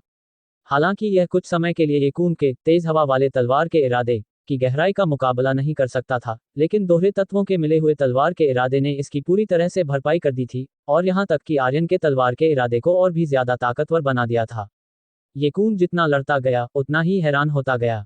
उसका तेज हवा वाला तलवार का इरादा पहले ही पूरी तरह से उफन चुका था। तेज हवा वाला तलवार का इरादा कुदरती तौर पर बहुत तेज रफ्तार में माहिर था, जिससे उसकी तलवार बहुत तेज हो गई थी, किसी भयंकर तूफान की तरह। हर वार पिछले वाले से ज्यादा तेज था। उसकी मशहूर लड़ने की तकनीक, 7 परत वाली तेज हवा की तलवार, इतनी तेज थी कि केवल तलवार की रोशनी ही देखी जा सकती थी, खुद तलवार नहीं। हालांकि आर्यन के सामने ये खून की बहुत तेज रफ्तार को कोई फायदा नहीं मिला, क्योंकि बिजली वाले तलवार के इरादे और आग वाले तलवार के इरादे के मिलने से बना बिजली और आग वाला तलवार का इरादा भी तेज रफ्तार में माहिर था। सिर्फ इतना ही नहीं, ये तेज हवा वाले तलवार के इरादे से ज्यादा भयंकर और तबाह करने वाला भी था। बिजली और आग की दोहरी तबाह करने वाली ताकत की तेज हवा वाले तलवार के इरादे से कोई तुलना नहीं थी। दोनों युद्ध की तलवारें लगातार एक दूसरे से टकरा रही थीं और पूरा अभ्यास का मैदान उनकी परछाइयों से भर गया था। तलवार की रोशनी लगातार छलक रही थी और तलवार की ऊर्जा एक दूसरे को पार कर रही थी, जो एक खौफनाक नजारा बना रही थी। लड़ाई ये खून के लिए वह कुचलने वाली जीत नहीं थी जैसी हर किसी ने सोची थी। इसके बजाय यह एक बराबरी का मुकाबला पेश कर रही थी। मैंने तुम्हें कम आंका था, लेकिन सिर्फ इतनी ताकत के साथ तुम मुझे ये खून को नियम क्या है ये सिखाने के काबिल नहीं हो। ये कून दहाड़ा और उसका युद्ध सम्राट स्तर का खून और ऊर्जा पल भर में उफन पड़ा। उसकी तलवार की गति बढ़ गई और इसकी ताकत एक बार फिर आसमान छूने लगी। हालांकि उसने छोटी कामयाबी वाले तलवार के इरादे को नहीं समझा था और रूहानी पुल को नहीं जोड़ा था, फिर भी वह अपने मध्य स्तर के युद्ध सम्राट के खून और ऊर्जा के भरोसे 4 सितारा युद्ध सम्राट की लड़ने की ताकत बाहर निकाल सकता था। और यह सिर्फ 4 सितारा युद्ध सम्राट की दहलीज तक पहुंचना नहीं था, वरना वह चाकू कला अकादमी में चौथे स्थान पर नहीं होता। अब पूरी तरह से उफनने पर उसने तुरंत खौफनाक ताकत दिखाई। उफनते हुए खून और ऊर्जा के तहत ये कून के दाहिने हाथ की मांसपेशियां फूल गईं, जिसमें नीली नसें रेंगती हुई साफ दिखाई दे रही थीं, जो ताकत से भरी थीं। उसके द्वारा किया गया हर तलवार का वार बहुत ही खौफनाक था। खनक खनक खनक, दर्जनों लगातार वार, हर एक पिछले वाले से ज्यादा भयंकर, जिसने पल भर में आर्यन को दबा दिया। आर्यन काला चांद युद्ध की तलवार को पकड़े हुए था, ऊपर की तरफ वार करते हुए लगातार पीछे हट रहा था। ये केवल इसलिए था क्योंकि उसने नवचक्र देव दानव शरीर का अभ्यास किया था और कामयाबी के साथ अपने शारीरिक शरीर को खून और ऊर्जा के साथ मिलाकर शारीरिक ताकत पर काबू पा लिया था कि वह पहले ही घायल नहीं हुआ था। ऐसी खौफनाक और भारी ताकत के सामने आर्यन को खतरे का एहसास हुआ, जैसा कि युद्ध सम्राट स्तर के खून और ऊर्जा से उम्मीद थी। अगर उसके खून और ऊर्जा की शुद्धता किसी आम इंसान से लगभग 6 गुना नहीं होती, तो शायद वह ये खून का मुकाबला करने के काबिल नहीं होता। संघ की युद्ध सम्राट स्तर के लिए 9 सितारा लड़ने की ताकत की रेटिंग का मतलब था कि एक ही सितारे के स्तर के भीतर भी ताकत में बहुत बड़ा फर्क था। हालांकि दोनों के पास 4 सितारा युद्ध सम्राट की लड़ने की ताकत थी, लेकिन ये कून के पूरी तरह से उफनने के बाद आर्यन साफ तौर पर कमजोर पड़ रहा था। क्या बस इतनी ही ताकत है? चलो फिर से घमंड दिखाओ। ये कून जोर से हंसा, उसकी तलवार का वार और भी भयंकर हो गया। उसने जानबूझकर सीधे टकराने का विकल्प चुना, हर वार के साथ नीचे की तरफ काटते हुए। काला चांद युद्ध की तलवार पर भयंकर तरीके से वार करते हुए, एक बहुत ही हिंसक अंदाज के साथ आर्यन को दबाने का इरादा रखते हुए। हर कोई हौंफने लगा। ये कून की ताकत फिर से बढ़ गई है, वह सच में अपने चौथे स्थान के जीनियस की शोहरत के लायक है। अगर वह कभी छोटी कामयाबी वाले इरादे को समझ ले और रूहानी पुल को जोड़ ले, तो उसे चाकू कला अकादमी में नंबर 1 बनने का मौका भी मिल सकता है। कितने अफसोस की बात है, आर्यन की ताकत भी बहुत खौफनाक है, लेकिन उसका सामना ये कून से हो गया। ये सच है, अगर आर्यन को काफी समय दिया जाए, तो ये कून को हराना कोई बड़ी बात नहीं होगी, लेकिन अभी के लिए वह पक्के तौर पर हारने वाला है। पारखी नजर वाला कोई भी इसे देख सकता था। इस पल ये कून किसी पागल योद्धा की तरह था, उसकी तलवार की ऊर्जा किसी भयंकर तूफान की तरह थी, जो आर्यन पर इतना दबाव डाल रही थी कि वह सांस भी नहीं ले पा रहा था। हर कोई जज्बातों से भरकर आहें भर रहा था। आर्यन शायद हारने वाला था। लीवान की नाजुक मुट्ठियां कसकर बंधी हुई थीं, उसकी आंखें तनाव से भरी थीं। वहां मौजूद हर किसी में से वह शायद अकेली थी जो सच में आर्यन के जीतने की उम्मीद कर रही थी। लड़के, अगर तुम्हारे पास सिर्फ इतनी ही ताकत है, तो घमंड दिखाने की कोशिश मत करो। ये कून जोर से हंसा, लगातार ताना मारते हुए। असल में वह भी बहुत हैरान था, उसे उम्मीद नहीं थी कि एक नया छात्र इस हद तक उसका मुकाबला कर पाएगा, लेकिन वह जुबान से कमजोरी दिखाने को तैयार नहीं था, वह बस आर्यन को बुरी तरह जलील करना चाहता था। चिंता मत करो, मैं तुम्हें इतनी आसानी से हारने नहीं दूंगा। मैं बाद में तुम्हारा मुंह फाड़ दूंगा। ये कून ने ताना मारा, उसकी तलवार का वार भयंकर था, जो आर्यन पर लगातार वार कर रहा था। आर्यन की आंखें बहुत शांत थीं। ये कून की बातों का उस पर जरा भी असर नहीं हुआ था। जो लोग उसे जानते थे, वे जानते थे कि एक बार जब आर्यन लड़ाई के मूड में आ जाता था, तो वह बहुत खौफनाक होता था, किसी मशीन की तरह शांत। आम लड़ने की ताकत के मामले में वह सच में ये कून से थोड़ा कमजोर था। लेकिन किसने कहा कि मेरे पास केवल आम लड़ने की ताकत है? आर्यन की आंखों से अचानक एक चमकदार रोशनी फूट पड़ी। उसने ये कून की ताकत के बदलाव में एक कमजोरी को पकड़ लिया और पल भर में उफन पड़ा। बिजली और आग का जानलेवा धमाका। काला चांद युद्ध की तलवार पर खौफनाक बिजली लगातार इकट्ठी होने लगी, और पलक झपकते ही बैंगनी कांच की एक परत में बदल गई। बिजली के बढ़ने के तहत तलवार की रफ्तार पल भर में कई गुना बढ़ गई। और इतना ही नहीं, बैंगनी कांच लगातार बदलता रहा। काला चांद युद्ध की तलवार बैंगनी और लाल रंग में बदल गई, और अंततः पूरी तरह से आग जैसी लाल हो गई, और आर्यन की आभा पहले ही अपने चरम पर पहुंच चुकी थी। तुम्हें मेरे बिजली और आग के जानलेवा धमाके के नीचे गिरने वाला पहला इंसान बनने दो। आर्यन की आंखें बहुत ही तेज थीं, और खौफनाक तलवार की ऊर्जा फट पड़ी, जिससे ये कून की आंखों में बहुत ज्यादा सदमा उभर आया। अध्याय 207 लियांग योंग, तुम सच में छिपाने में माहिर हो। ये कूंग आखिरकार एक ऐसा युद्ध कला का जीनियस था जिसने आर्यन प्रदेश युद्ध कला विद्यालय में 3 साल तक पढ़ाई की थी, इसलिए उसकी जानकारी कम नहीं थी। उसकी आंखें फटी की फटी रह गईं, और उसने इसे पहचान लिया। यह एक इरादे वाली जानलेवा तकनीक है। ये कून ने अपने दिल में एक ठंडी सांस ली, वह पूरी तरह से हक्का बक्का था। अगर आर्यन ने पहले उसे केवल थोड़ा सा सावधान किया था, तो अब वह कुछ हद तक डरा हुआ भी था। इरादे वाली जानलेवा तकनीक क्या होती है? यह एक ऐसी लड़ने की तकनीक है जो इरादे की ताकत को पूरी तरह से बाहर निकाल सकती है। अगर कोई दूसरों के बनाए रास्तों पर चलता है, तो ये पक्के तौर पर एक एस श्रेणी की लड़ने की तकनीक होनी चाहिए, लेकिन इसकी शर्तें बहुत ऊंची होती हैं, क्योंकि इसे सीखने के लिए किसी को छोटी कामयाबी वाले इरादे तक पहुंचना होता है। हालांकि अगर कोई केवल शुरुआती स्तर के इरादे के साथ इरादे वाली जानलेवा तकनीक का इस्तेमाल कर सकता है, तो केवल एक ही संभावना है, खुद की बनाई हुई तकनीक। देखने वाले छात्रों में कुदरती तौर पर जानकार लोग भी शामिल थे, और उन सभी ने आर्यन की तकनीक के खौफनाक रूप को महसूस किया। उनकी आंखें सदमे से भरी थीं। हे भगवान, ये आर्यन ने सच में एक इरादे वाली जानलेवा तकनीक में महारत हासिल कर ली है। ओह माय गॉड, वह महज 18 साल का है, फिर भी उसने पहले ही खुद एक लड़ने की तकनीक बना ली है। ये कुछ ज्यादा ही खौफनाक है। अगर ऐसा है, तो ये कून को शायद भुगतना पड़ेगा।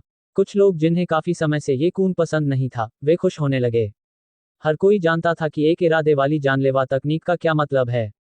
लड़ने की ताकत को ये जिस तरह बढ़ाती है, वह बहुत ही खौफनाक होता है। लीवान की आंखें बड़ी हो गईं।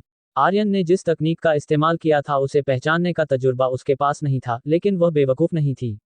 वह आसपास के लोगों के हाव भाव और बातचीत से बता सकती थी कि क्या हो रहा है। उसके दिल में आर्यन के लिए इज्जत काफी पहले ही एक बेमिसाल स्तर तक पहुंच चुकी थी। मेरे आदर्श सच में बहुत शानदार हैं। और जो सबसे ज्यादा हैरान था, वह था चाकुकला अकादमी का डीन लियांग योंग, जो अभी अभी पहुंचा था। खबर मिलने के बाद वह तुरंत बाहर से वापस चाकुकला अकादमी की तरफ दौड़ा, और इत्तेफाक से उसने वह नजारा देखा जहां आर्यन को दबाया जा रहा था। उसने शुरुआत में ये तैयारी कर रखी थी कि अगर आर्यन हारने वाला हो तो वह तुरंत आगे बढ़कर बीच बचाव करेगा, ताकि आर्यन को जलील होने और अपना आपा खोने से बचाया जा सके। लेकिन उसके तुरंत बाद उसकी आंखें फटी की फटी रह गईं, जो अविश्वास से भरी थीं। बिजली और आग वाला तलवार का इरादे वाली जानलेवा तकनीक। ये लड़का आर्यन, इसने खुद को बहुत ही अच्छी तरह छिपा कर रखा है। वह बार बार ठंडी सांसें ले रहा था, और सदमे के मारे लगभग अपनी दाढ़ी ही नोचने वाला था। उसके मुंह पर एक कड़वी मुस्कान थी, जो फिर खुशी में बदल गई। आर्यन के प्रदर्शन और नए छात्रों की प्रतियोगिता में उसके द्वारा दिखाई गई ताकत में जमीन आसमान का फर्क था, जिसका मतलब केवल एक ही संभावना थी, आर्यन ने नए छात्रों की प्रतियोगिता में भी अपनी ताकत छिपा रखी थी। लेकिन लियांग योंग कैसे जान सकता था कि बिजली और आग वाला तलवार का इरादा और बिजली और आग का जानलेवा धमाका दोनों ही पिछले कुछ दिनों में आर्यन की हाल ही की कामयाबियां थीं। अगर उसे पता होता, तो वह केवल और भी ज्यादा हैरान होता। ये छोटा लड़का शशांक से भी ज्यादा अच्छी तरह से अपनी ताकत छिपा सकता है। लियांग योंग की आंखें बहुत बड़ी खुशी से भरी थीं, और वह चाहता था कि वह तुरंत अपनी शेखी बघारने जा सके। ये सोचते हुए लियांग योंग मुड़ा और चला गया। वह ये कून की ताकत के बारे में बहुत अच्छी तरह से जानता था। आर्यन द्वारा इरादे वाली जानलेवा तकनीक दिखाने के बाद वह जान गया था कि ये कून पक्के तौर पर हारेगा, इसलिए उसके लिए कुदरती तौर पर अब और रुकने की कोई जरूरत नहीं थी। आखिरकार, अगर वह, यानी डीन, वहां मौजूद होता, तो कुछ दुश्मनी सुलझाना मुश्किल हो जाता। यहां आते समय उसे पहले ही पूरी कहानी पता चल गई थी, और उसका दिल कुदरती तौर पर आर्यन की तरफ झुका हुआ था। ये कून को सबक सिखाने के लिए आर्यन के हाथों का इस्तेमाल करने का यह एक अच्छा मौका था। ये कून का मिजाज हमेशा से बहुत घमंडी रहा था, जो युद्ध कला के लंबे समय के विकास के लिए अच्छा नहीं था। किसी एक का पक्ष लेना, ऐसा कुछ नहीं था। मुझे तो बस पता ही नहीं था कि यह हो रहा है। लियांग योंग हंसा, और अपनी सेक्रेटरी के साथ चुपचाप वहां से चला गया। नीचे मौजूद लोगों के विचार पल भर में बदल गए, और अखाड़े में हालात भी पल भर में उलट गए। आर्यन ने बिजली और आग के जानलेवा धमाके को बाहर निकाला, और काला चांद युद्ध की तलवार पल भर में बहुत खौफनाक तेज धार के साथ फट पड़ी। जिस पल बिजली पूरी तरह से आग में बदली, तलवार का जोर पल भर में बहुत तेज रफ्तार से बहुत ज्यादा भयंकर हो गया। उफनती हुई आग वाली तलवार की ऊर्जा पहले के सभी जानलेवा वारों को काफी पीछे छोड़ गई। ये कून की आंखें खून से लाल हो गई थीं, और वह बहुत भारी दबाव महसूस कर रहा था। इस वार द्वारा बाहर निकाली गई लड़ने की ताकत 4 सितारा युद्ध सम्राटों के बीच भी बहुत खौफनाक थी। वह शायद इसे रोक नहीं पाएगा। भले ही मैं ना कर सकूं, मुझे इसे रोकना ही होगा।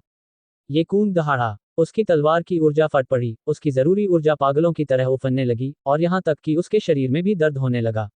उसने भयंकर तरीके से आगे की तरफ वार किया, और अपना सब कुछ लगा दिया। ये दोनों तलवारें एक असली टकराव थीं, जिसमें झूठ की कोई गुंजाइश नहीं थी। बूम! भीड़ की हैरान नजरों के बीच हावी होने वाली आग वाली तलवार की ऊर्जा बहुत ही भयंकर थी, जिसने पल भर में ही एक ऊन की तलवार को निगल लिया। कभी ना रुकने वाले तलवार के जोर के साथ ये कून की तरफ वार करती रही। बिजली से आग में बदली ये तलवार बहुत खौफनाक थी। ये कून की आंखें भयंकरता से भरी थीं और उसने अपनी तलवार बार बार घुमाई, बुरी तरह हौंकते हुए। वह पहले ही अपनी हद तक पहुंच चुका था। बिल्कुल सही समय पर वह मुश्किल से इस खौफनाक तलवार को रोक पाया, लेकिन ये साफ था कि वह ठीक नहीं था। उसके माथे से टपकता पसीना और उसका हल्का कांपता दाहिना हाथ सारी कहानी बयां कर रहा था। हा, क्या बस इतना ही? ये कून हौंकते हुए जोर से हंसा, एक ऐसे पागलपन के साथ जो मौत को गले लगाने के करीब था। लेकिन तुरंत ही उसकी आंखें फटी की फटी रह गईं। आर्यन की तलवार की नोक पर बैंगनी कांच एक बार फिर दिखाई दिया। बिजली और आग का जानलेवा धमाका। आर्यन के होंठों पर एक ठंडी मुस्कान आ गई। तुम्हारे पूरे शरीर में तुम्हारा मुंह सबसे ज्यादा सख्त है। बूम! एक खौफनाक तलवार की ऊर्जा फिर से टकराई। इस बार आर्यन ने अपनी तलवार को दोनों हाथों से पकड़ लिया, हवा में 10 जांग ऊपर उछला और नीचे की तरफ वार किया, और भी बड़ी ताकत के साथ। ये कैसे मुमकिन है? ये कून समझ नहीं पा रहा था कि यह इंसान लगातार इतनी खौफनाक इरादे वाली जानलेवा तकनीकों का इस्तेमाल कैसे कर सकता है। ये समझ से परे था। हालांकि तलवार की ऊर्जा असली थी। इस बार ये कून के पास आखिरकार विरोध करने की कोई ताकत नहीं बची थी। तलवार की ऊर्जा ने सब कुछ चकनाचूर कर दिया और काला चांद युद्ध की तलवार भयंकर तरीके से उसकी छाती की तरफ वार करने लगी। आर्यन ने ठंडेपन से खर्राटे लिए और तलवार को उसके पिछले हिस्से की तरफ घुमा दिया। आखिरकार यह कोई जानलेवा दुश्मन नहीं था और स्कूल के नियम जानलेवा वार करने की इजाजत नहीं देते थे। चटक! तलवार का पिछला हिस्सा आड़ा होकर लगा और उसके शरीर की बढ़ती हुई ताकत के साथ यह उतना ही भयंकर था। तुरंत ही हड्डियां चटकने की आवाज सुनाई दी और ये कून की छाती धंस गई। आर्यन ये कून को नियमों द्वारा दी गई ज्यादा से ज्यादा हद तक एक सबक सिखाना चाहता था। शुरुआत में उसे ये कून के उकसाने से कोई खास परेशानी नहीं हुई थी, लेकिन ली वान के चेहरे पर पड़े थप्पड़ ने उसे गुस्सा दिला दिया था।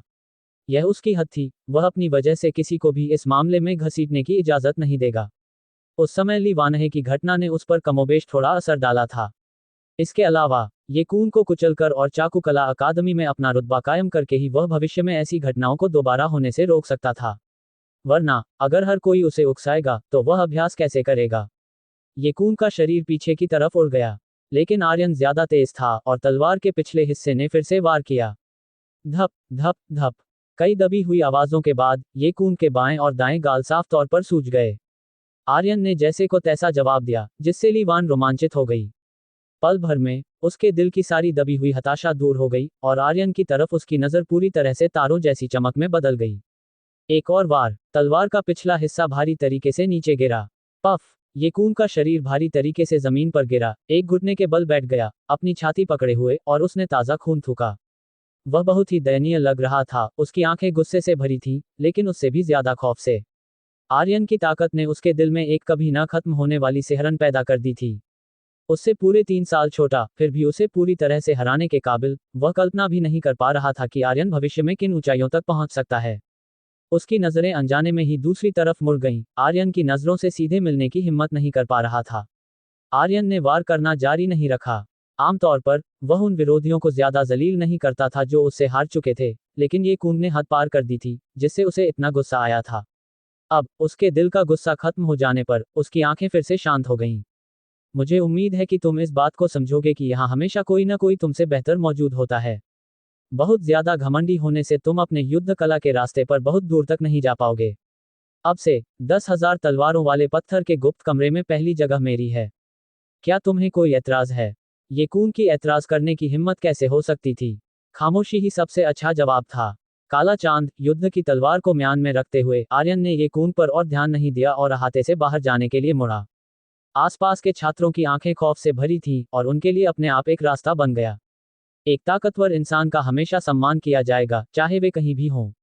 आर्यन द्वारा ये कून को जोरदार तरीके से दबाने ने कुदरती तौर पर उसे चाकू कला अकादमी में चौथे स्थान पर मौजूद इंसान के रूप में ये कून की जगह लेने के काबिल बना दिया। अध्याय 208 युद्ध राजा की चरम सीमा। आर्यन की लंबी और सीधी पीठ को देखकर हर कोई खौफ महसूस कर रहा था। ये कून को हराने के जोर के साथ, हालांकि आर्यन जवान था, लेकिन उसने कामयाबी के साथ हर किसी के दिल में अपना रुतबा कायम कर लिया था, जब तक आर्यन की पीठ पूरी तरह से गायब नहीं हो गई। शुरुआत का शांत माहौल धीरे धीरे जीवंत हो गया।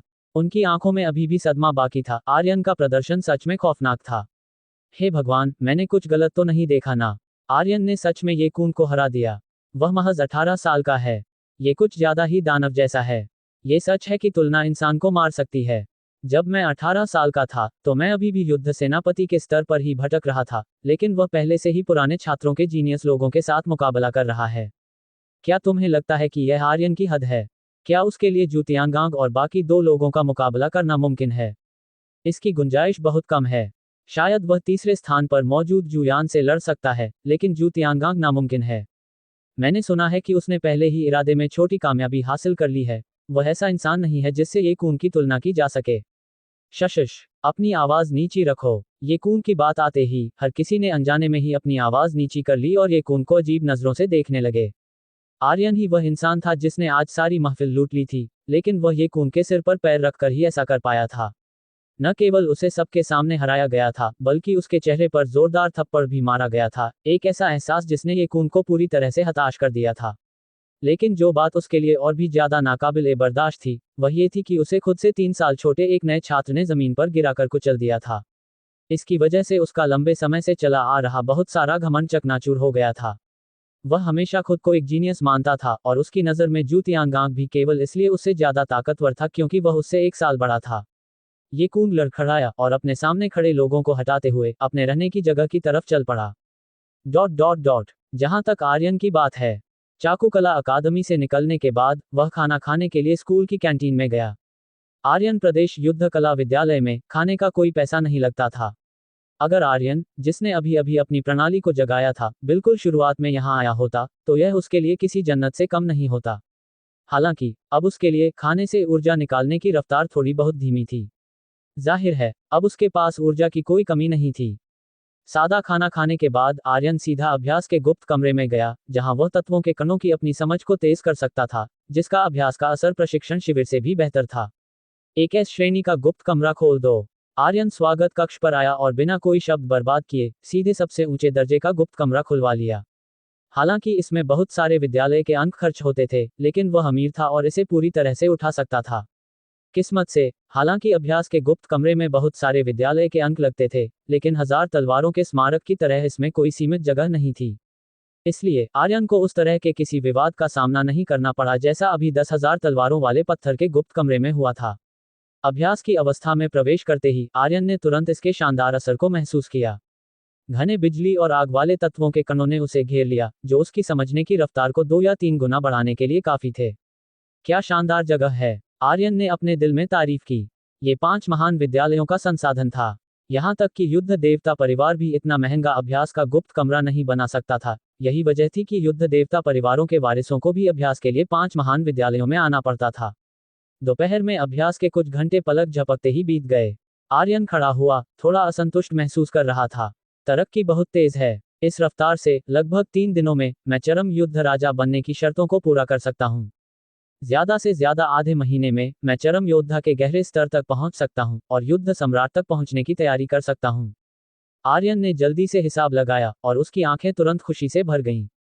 ये रफ्तार उसकी सोच से कहीं ज्यादा थी। मुझे तलवार के इरादे की अपनी समझ को तेज करने और अपने बिजली और आग वाले तलवार के इरादे को जल्दी से छोटी कामयाबी के स्तर तक ले जाने की जरूरत है। आर्यन को थोड़ी जल्दी महसूस हुई। अभी उसके खून और ऊर्जा के अभ्यास की रफ्तार आसमान छू रही थी, लेकिन उसके तलवार के इरादे को समझने की रफ्तार थोड़ी पीछे छूट रही थी। कुणाल के निर्देशों के हिसाब से एक बहुत ही मजबूत बुनियाद रखने के लिए सबसे अच्छा तरीका युद्ध सम्राट के स्तर को पार करने के तुरंत बाद रूहानी पुल को जोड़ना था। मेहनत करते रहो। आर्यन अभी भी अपने अभ्यास की रफ्तार से संतुष्ट नहीं था। अगर दूसरों को ये पता चल जाता तो वे शायद हक्के बक्के रह जाते। महज आधे महीने में उसने अभ्यास का वह सफर पूरा कर लिया जिसे दूसरे लोग सालों में नापते थे, और वह अभी भी संतुष्ट नहीं था। वह सच में एक दानव था। वह लंबे कदम भरते हुए अभ्यास के गुप्त कमरे से बाहर निकल गया। आर्यन ने रात का खाना खत्म किया। उसने अपने अगले अभ्यास के काम जारी रखे। हर अभ्यास का काम बहुत ही अच्छे तरीके से चल रहा था। अगले आधे महीने तक आर्यन पूरी तरह से गहरे अभ्यास की अवस्था में चला गया। अपने गुरु भाइयों और बहन के साथ कभी कभार होने वाली छोटी मुलाकातों को छोड़कर उसका बाकी सारा समय अभ्यास के लिए ही था, जिससे शशांक और बाकी लोगों को ये कहने पर मजबूर होना पड़ा कि वह अभ्यास का दीवाना है। हर सुबह आर्यन समय पर 10,000 तलवारों वाले पत्थर के गुप्त कमरे में पहुंच जाता। अपने तलवार के इरादे को जल्दी से छोटी कामयाबी के स्तर तक ले जाने के लिए उसने अपने तलवार के इरादे के अभ्यास का समय 1 घंटा बढ़ा दिया था, जो पूरे 5 घंटे हो गया था, और हर दिन 2500 विद्यालय के अंक खर्च कर रहा था, जिसे देखकर जानने वाले लोग हौंफने लगते थे। ये केवल इसलिए था क्योंकि आर्यन के पास पूरे 2,20,000 विद्यालय के अंक थे कि वह उन्हें इतनी लापरवाही से लुटा सकता था। ये बताने लायक है कि जिस दिन से आर्यन ने ये कून को जोरदार तरीके से हराया था, वह उसके बाद कभी 10,000 तलवारों वाले पत्थर के गुप्त कमरे में वापस नहीं आया। और गुप्त कमरे में पहली जगह पूरी तरह से आर्यन की हो गई थी, किसी ने भी इसके लिए मुकाबला करने की हिम्मत नहीं की। दोपहर में आर्यन अभ्यास के गुप्त कमरे में तत्वों के कणों को पूरी लगन से समझता था। वह तत्वों के कणों के सार को और भी ज्यादा समझने लगा था और धुंधले तौर पर महसूस कर रहा था कि उसने बिजली और आग वाले जिन तत्वों के कणों को समझा था, वे असल में आसमान और जमीन की उच्च गुणवत्ता वाली ऊर्जा से अलग किया गया एक हिस्सा थे, जो बाद में उसके खून और ऊर्जा में मिल जाते थे। रूहानी पुल को जोड़ने के बाद इंसान सीधे आसमान और जमीन से ऊर्जा को सोख सकता है। क्या ऐसा इसलिए है क्योंकि रूहानी पुल में खुद छानने का काम होता है? आर्यन का दिल ज्ञान से भर गया। उसने पूरी लगन से अभ्यास किया। शाम तक समय और भी ज्यादा कम हो जाता था। 1 घंटा गरजती आग वाली दुनिया को तबाह करने वाली तस्वीर को देखने में, 1 घंटा शारीरिक शरीर की तकनीकों को समझने में, 1 घंटा स्वर्गद्वार गुप्त रहस्य का अभ्यास करने में, और बाकी समय लगातार अलग अलग तरह की लड़ने की तकनीकों को सीखने में बिताया जाता था, केवल देखते हुए, अभ्यास करते हुए नहीं। इन दिनों के दौरान कुणाल ने न केवल वीर के परिवार से शारीरिक शरीर की गुप्त तकनीक हासिल कर ली थी, बल्कि आर्यन को बहुत सारे डेटा तक पहुंचने की इजाजत भी दे दी थी, जिससे शारीरिक शरीर में आर्यन की बुनियाद एक दिखाई देने वाली रफ्तार से गहरी होने लगी।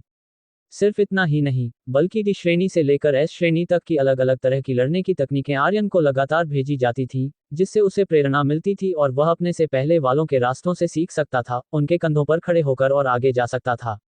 कुछ को उसने विद्यालय के अंकों से बदला था, जबकि बाकी उसके गुरु और गुरु भाइयों और बहन के तोहफे थे, जिसने आर्यन को बहुत भावुक कर दिया था।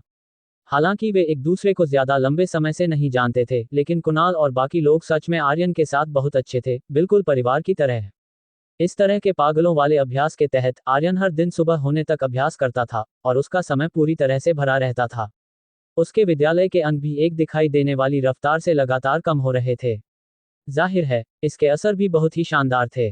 महज 3 दिनों में आर्यन कामयाबी के साथ चरम युद्ध राजा के स्तर तक पहुंच गया। इस तरक्की ने शशांक और बाकी लोगों को हक्का बक्का कर दिया, और वे ये कहने पर मजबूर हो गए कि वह एक दानव था। समय उड़ता गया और आधा महीना बीत गया। आर्यन अपने कमरे में पालथी मारकर बैठा था और चारों तरफ सन्नाटा था। देर रात हो चुकी थी, लेकिन वह अभी भी अभ्यास कर रहा था। ए श्रेणी के ऊर्जा तरल की एक बोतल निगलने के बाद आर्यन के शरीर के अंदर ऊर्जा की एक बहुत ही भयंकर लहर उफन पड़ी, लेकिन अब उसके लिए ऊर्जा की यह मात्रा सिर्फ एक मामूली सी बात थी। आधे महीने पहले उसने पहले ही विद्यालय के अंकों के बदले में बिजली वाली दिशा दिखाने वाली तकनीक से भी ज्यादा उन्नत एक दिशा दिखाने वाली तकनीक ले ली थी, जिसमें ऊर्जा को सोखने का असर कई गुना ज्यादा था। 10,000 गुना बढ़ने के असर के तहत ए श्रेणी के ऊर्जा तरल को भी बिना किसी दबाव के आसानी से संभाल लिया गया था। जल्द ही ये बहुत बड़ी ऊर्जा पूरी तरह से सोख ली गई और आर्यन की आभा अचानक उफन पड़ी। उसने अपनी आंखें खोली, जो खुशी से भरी थीं। मैं आखिरकार युद्ध राजा की चरम सीमा तक पहुंच गया हूं। इसका मतलब था कि खून और ऊर्जा के अभ्यास के मामले में भी आर्यन युद्ध राजा के स्तर के बिल्कुल शिखर पर खड़ा था। अध्याय 209 ऊर्जा का अभिषेक। युद्ध राजा की चरम सीमा। इसका मतलब था कि आर्यन का खून और ऊर्जा चरम योद्धा के शिखर पर पहुंच चुका था, और वह युद्ध सम्राट के स्तर को पार करने से बस एक बाल बराबर दूर था। असल में, अगर आर्यन चाहता, तो वह उसी समय अपने स्तर को पार करना शुरू कर सकता था और उस रुकावट पर हमला कर सकता था। महज 10 दिनों से भी कम समय में वह एक ही झटके में उस रुकावट को पार कर सकता था और युद्ध सम्राट बन सकता था। हालांकि कुणाल ने साफ तौर पर कहा था कि केवल अपने इरादे में छोटी कामयाबी हासिल करने के बाद ही युद्ध सम्राट के स्तर को पार करने से वह एक और ज्यादा मजबूत बुनियाद बना पाएगा, जो युद्ध देवता के रूप में उसके भविष्य के रास्ते और यहां तक कि मना किए गए वजूद को पार करने के लिए भी जमीन तैयार करेगा। आर्यन कुदरती तौर पर कोई जल्दबाजी नहीं करने वाला था। खाना एक बार में एक ही निवाला खाया जाता है। आखिरकार इस पल उसका बिजली और आग वाला तलवार का इरादा भी तेजी से आगे बढ़ रहा था और पहले से ही छोटी कामयाबी के बहुत करीब था। मुझे बस एक मौके की जरूरत है और मेरे तलवार का इरादा पक्के तौर पर छोटी कामयाबी के स्तर में प्रवेश कर जाएगा। उस समय युद्ध सम्राट के स्तर को पार करना एक कुदरती बात होगी। अपने अंदर उफनती हुई ताकतवर ऊर्जा को महसूस करते हुए आर्यन हल्का सा मुस्कुराया। आधे महीने का कठिन अभ्यास। केवल उसके खून और ऊर्जा के अभ्यास ने ही तेजी से तरक्की नहीं की थी। बाकी क्षेत्रों में भी उसकी तरक्की काफी शानदार थी। सबसे पहले उसका नवचक्र देव दानव शरीर तेजी से दूसरे चक्र की तरफ बढ़ रहा था, और उस समय आर्यन युद्ध सम्राट स्तर का शारीरिक शरीर पाने वाला पहला इंसान होगा। और उसकी शारीरिक ताकत पर की गई खोज भी बहुत सुखद थी। युद्ध देवता परिवार यानी वीर के परिवार के शारीरिक अभ्यास के तरीकों और आर्यन प्रदेश युद्ध कला विद्यालय के अलग अलग डेटा का अध्ययन करने के बाद आर्यन की शारीरिक ताकत में साफ सुधार दिखाई दिया। उसका शारीरिक शरीर और खून और ऊर्जा एक दूसरे के साथ और भी ज्यादा करीब से जुड़ गए थे। अब केवल अपनी शारीरिक ताकत के भरोसे वह एक 3 सितारा युद्ध सम्राट या यहाँ तक कि एक 4 सितारा युद्ध सम्राट का भी आमने सामने मुकाबला कर सकता था, जो कि पहले वाले शशांक को आसानी से हराने के लिए काफी था। स्वर्गद्वार गुप्त रहस्य भी अपनी हद तक पहुंच चुका था। आर्यन के अंदाजे के मुताबिक लगभग 1 हफ्ते तक इसे इकट्ठा करने के बाद वह तीसरी परत को पार करना शुरू कर सकता था। हालांकि जिस चीज ने आर्यन को सबसे ज्यादा खुश किया वह लड़ने की तकनीकों का क्षेत्र था। पिछले आधे महीने में उसने लगातार गरजती आग वाली दुनिया को तबाह करने वाली तस्वीर को देखा था और 10,000 तलवारों वाले पत्थर के गुप्त कमरे में अभ्यास किया था और आखिरकार एक और वार बना लिया था। बिजली और आग का तलवार कमल। ये बिजली और आग के जानलेवा धमाके से भी ज्यादा ताकतवर था। अब आर्यन की लड़ने की ताकत एक बहुत ही खौफनाक स्तर तक पहुंच गई थी, जिसने उसे 5 सितारा युद्ध सम्राटों के बीच भी एक बहुत ही ताकतवर इंसान बना दिया था। क्या बात है! आर्यन खड़ा हुआ, उसकी आंखें खुशी से भरी थीं। ताकत में इस लगातार तरक्की ने उसे कामयाबी का एक बहुत बड़ा एहसास दिया। अब जबकि अलग अलग पहलुओं में उसकी ताकत एक रुकावट तक पहुंच गई थी, वह थोड़ा आराम कर सकता था। ये बताने लायक है कि इस दौरान आर्यन कभी कभार दाऊलाओ के साथ शराब पीने और बातचीत करने के लिए स्वर्ग स्तर के खजाने वाले कमरे में जाता था। आम लोग कुदरती तौर पर स्वर्ग स्तर के खजाने वाले कमरे में ऐसे ही नहीं जा सकते थे, लेकिन आर्यन प्रधानाचार्य का शिष्य था। दाऊलाओ द्वारा कभी कभार बताई गई युद्ध कला की फिलॉसफी से आर्यन को बहुत फायदा होता था, जिससे वह चुपके से दाऊलाओ की असली पहचान के बारे में सोचने लगता था। एक युद्ध देवता या कोई मना किया गया वजूद, वह नहीं जानता था, लेकिन उसे ज्यादा परवाह भी नहीं थी। एक हाथ वाले उस बूढ़े इंसान से कभी कभार झलकने वाला अकेलापन उसे अपने जैसा लगता था, जो कि उसके दाऊलाओ के साथ अक्सर शराब पीने जाने की सबसे बड़ी वजह थी। लड़के, आज तुम इतनी देर से क्यों आए? क्या तुम मुझ जैसे बूढ़े इंसान को नीचा दिखा रहे हो? आर्यन की परछाई को देखकर दाऊलाओ की आंखों में खुशी की एक झलक कौंधी। आर्यन मुस्कुराया, बिल्कुल नहीं, आज बस मेरे अभ्यास में कुछ तरक्की हुई थी, इसलिए मुझे देर हो गई। आइए शराब पीते हैं। वह जोर से हंसा, अपने स्टो करने वाले ब्रेसलेट से अलग अलग तरह की बढ़िया शराब निकालते हुए और उन्हें उनके सामने रखते हुए। इससे तुरंत दाऊलाओ की लालसा बढ़ गई। दाऊलाओ की अलग अलग कहानियों को सुनते हुए आर्यन की आंखें चमक उठी, मानो उसने युद्ध कला की एक बहुत बड़ी दुनिया को खुद को बुलाते हुए देखा हो। प्राचीन ताकतवर इंसान, दूसरी दुनिया की प्रजातियां। दाऊलाओ, क्या सच में उन गुप्त जगहों में ऐसे जीव हैं जिनके बारे में आप बात करते हैं? आर्यन उत्सुकता से पूछे बिना नहीं रह सका। उसे हमेशा लगता था कि दाऊलाओ जो कहते थे वह संघ की अभी की हालत से पूरी तरह मेल नहीं खाता था। दाऊलाओ के चेहरे के भाव जम गए और उन्होंने 2 बार खांसा। बिल्कुल हैं, जब तुम भविष्य में किसी गुप्त जगह पर जाओगे तो तुम्हें पता चल जाएगा। उन्होंने मन ही मन सोचा। ये लड़का, मेरे मुंह से लगभग सच निकल ही गया था। दाऊलाओ की आंखों की गहराई में जब उन्होंने आर्यन को देखा तो सदमे की एक झलक थी। हाल ही में आर्यन के साथ समय बिताने के बाद वह महसूस कर सकते थे कि आर्यन की तरक्की की रफ्तार सच में बहुत ही खौफनाक थी, यहाँ तक कि तारों से भरे आसमान में भी वह एक दानव जैसा जीनियस होगा। तरक्की की इस रफ्तार को देखते हुए क्या वह पैतृक तारे पर किसी संत का पुनर्जन्म हो सकता है? दाऊलाओ बहुत हैरान थे। वह जानते थे कि पैतृक तारा बहुत खास था और बहुत ज्यादा ताकतवर वजूदों को पीछे धकेलता था। ताकतवर इंसानों को वहां उतरने के लिए बहुत भारी कीमत चुकानी पड़ती थी और उनकी ताकत को एक बहुत ही खौफनाक हद तक दबा दिया जाता था। पैतृक तारे में महान बनने के लिए जरूरी एक खास पदार्थ था और कई ताकतवर इंसान पुनर्जन्म और फिर से अभ्यास करने के लिए पैतृक तारे पर जाते थे। मिसाल के तौर पर संतों के दर्रे की रखवाली करने वाले जोड़े ने पैतृक तारे पर कई बार पुनर्जन्म लिया था। अंततः उन्होंने परम महानता हासिल की और दोनों परम संत स्तर के ताकतवर इंसान बन गए जो आसमान और जमीन तक पहुंच सकते थे। ये काला मोती बिल्कुल भी मामूली नहीं है। दाऊलाओ ने आर्यन के गले में बंधे 10,000 जानवरों के मोती की तरफ देखा और मन ही मन सोचा। हालांकि वह केवल एक हमशक्ल थे, लेकिन ऐसी बहुत बहुत कम चीजें थीं जिन्हें वह पार नहीं देख सकते थे। इस नौजवान की पृष्ठभूमि शायद बहुत ही असाधारण है। दाऊलाओ ने अपनी आंखें सिकुड़ी, उनके विचार घूम रहे थे, लेकिन उन्होंने तुरंत उन्हें किनारे कर दिया। उनके लिए अभी शराब पी पाना ही सबसे जरूरी बात थी। आर्यन का मिजाज उन्हें बहुत पसंद था। वह बूढ़ा इंसान और नौजवान छोटे से अहाते में लेटे हुए थे, धूप सेंक रहे थे, पागलों की तरह बातें कर रहे थे, और हैरानी की बात है कि दोनों में काफी समानताएं मिल रही थीं। समय बहुत तेजी से उड़ता है। आर्यन खड़ा हुआ, अपना पिछवाड़ा थपथपाया और मुस्कुराते हुए विदा ली। दाऊलाओ, मुझे वापस जाना होगा। जाओ जाओ, नौजवानों को कड़ी मेहनत करनी चाहिए।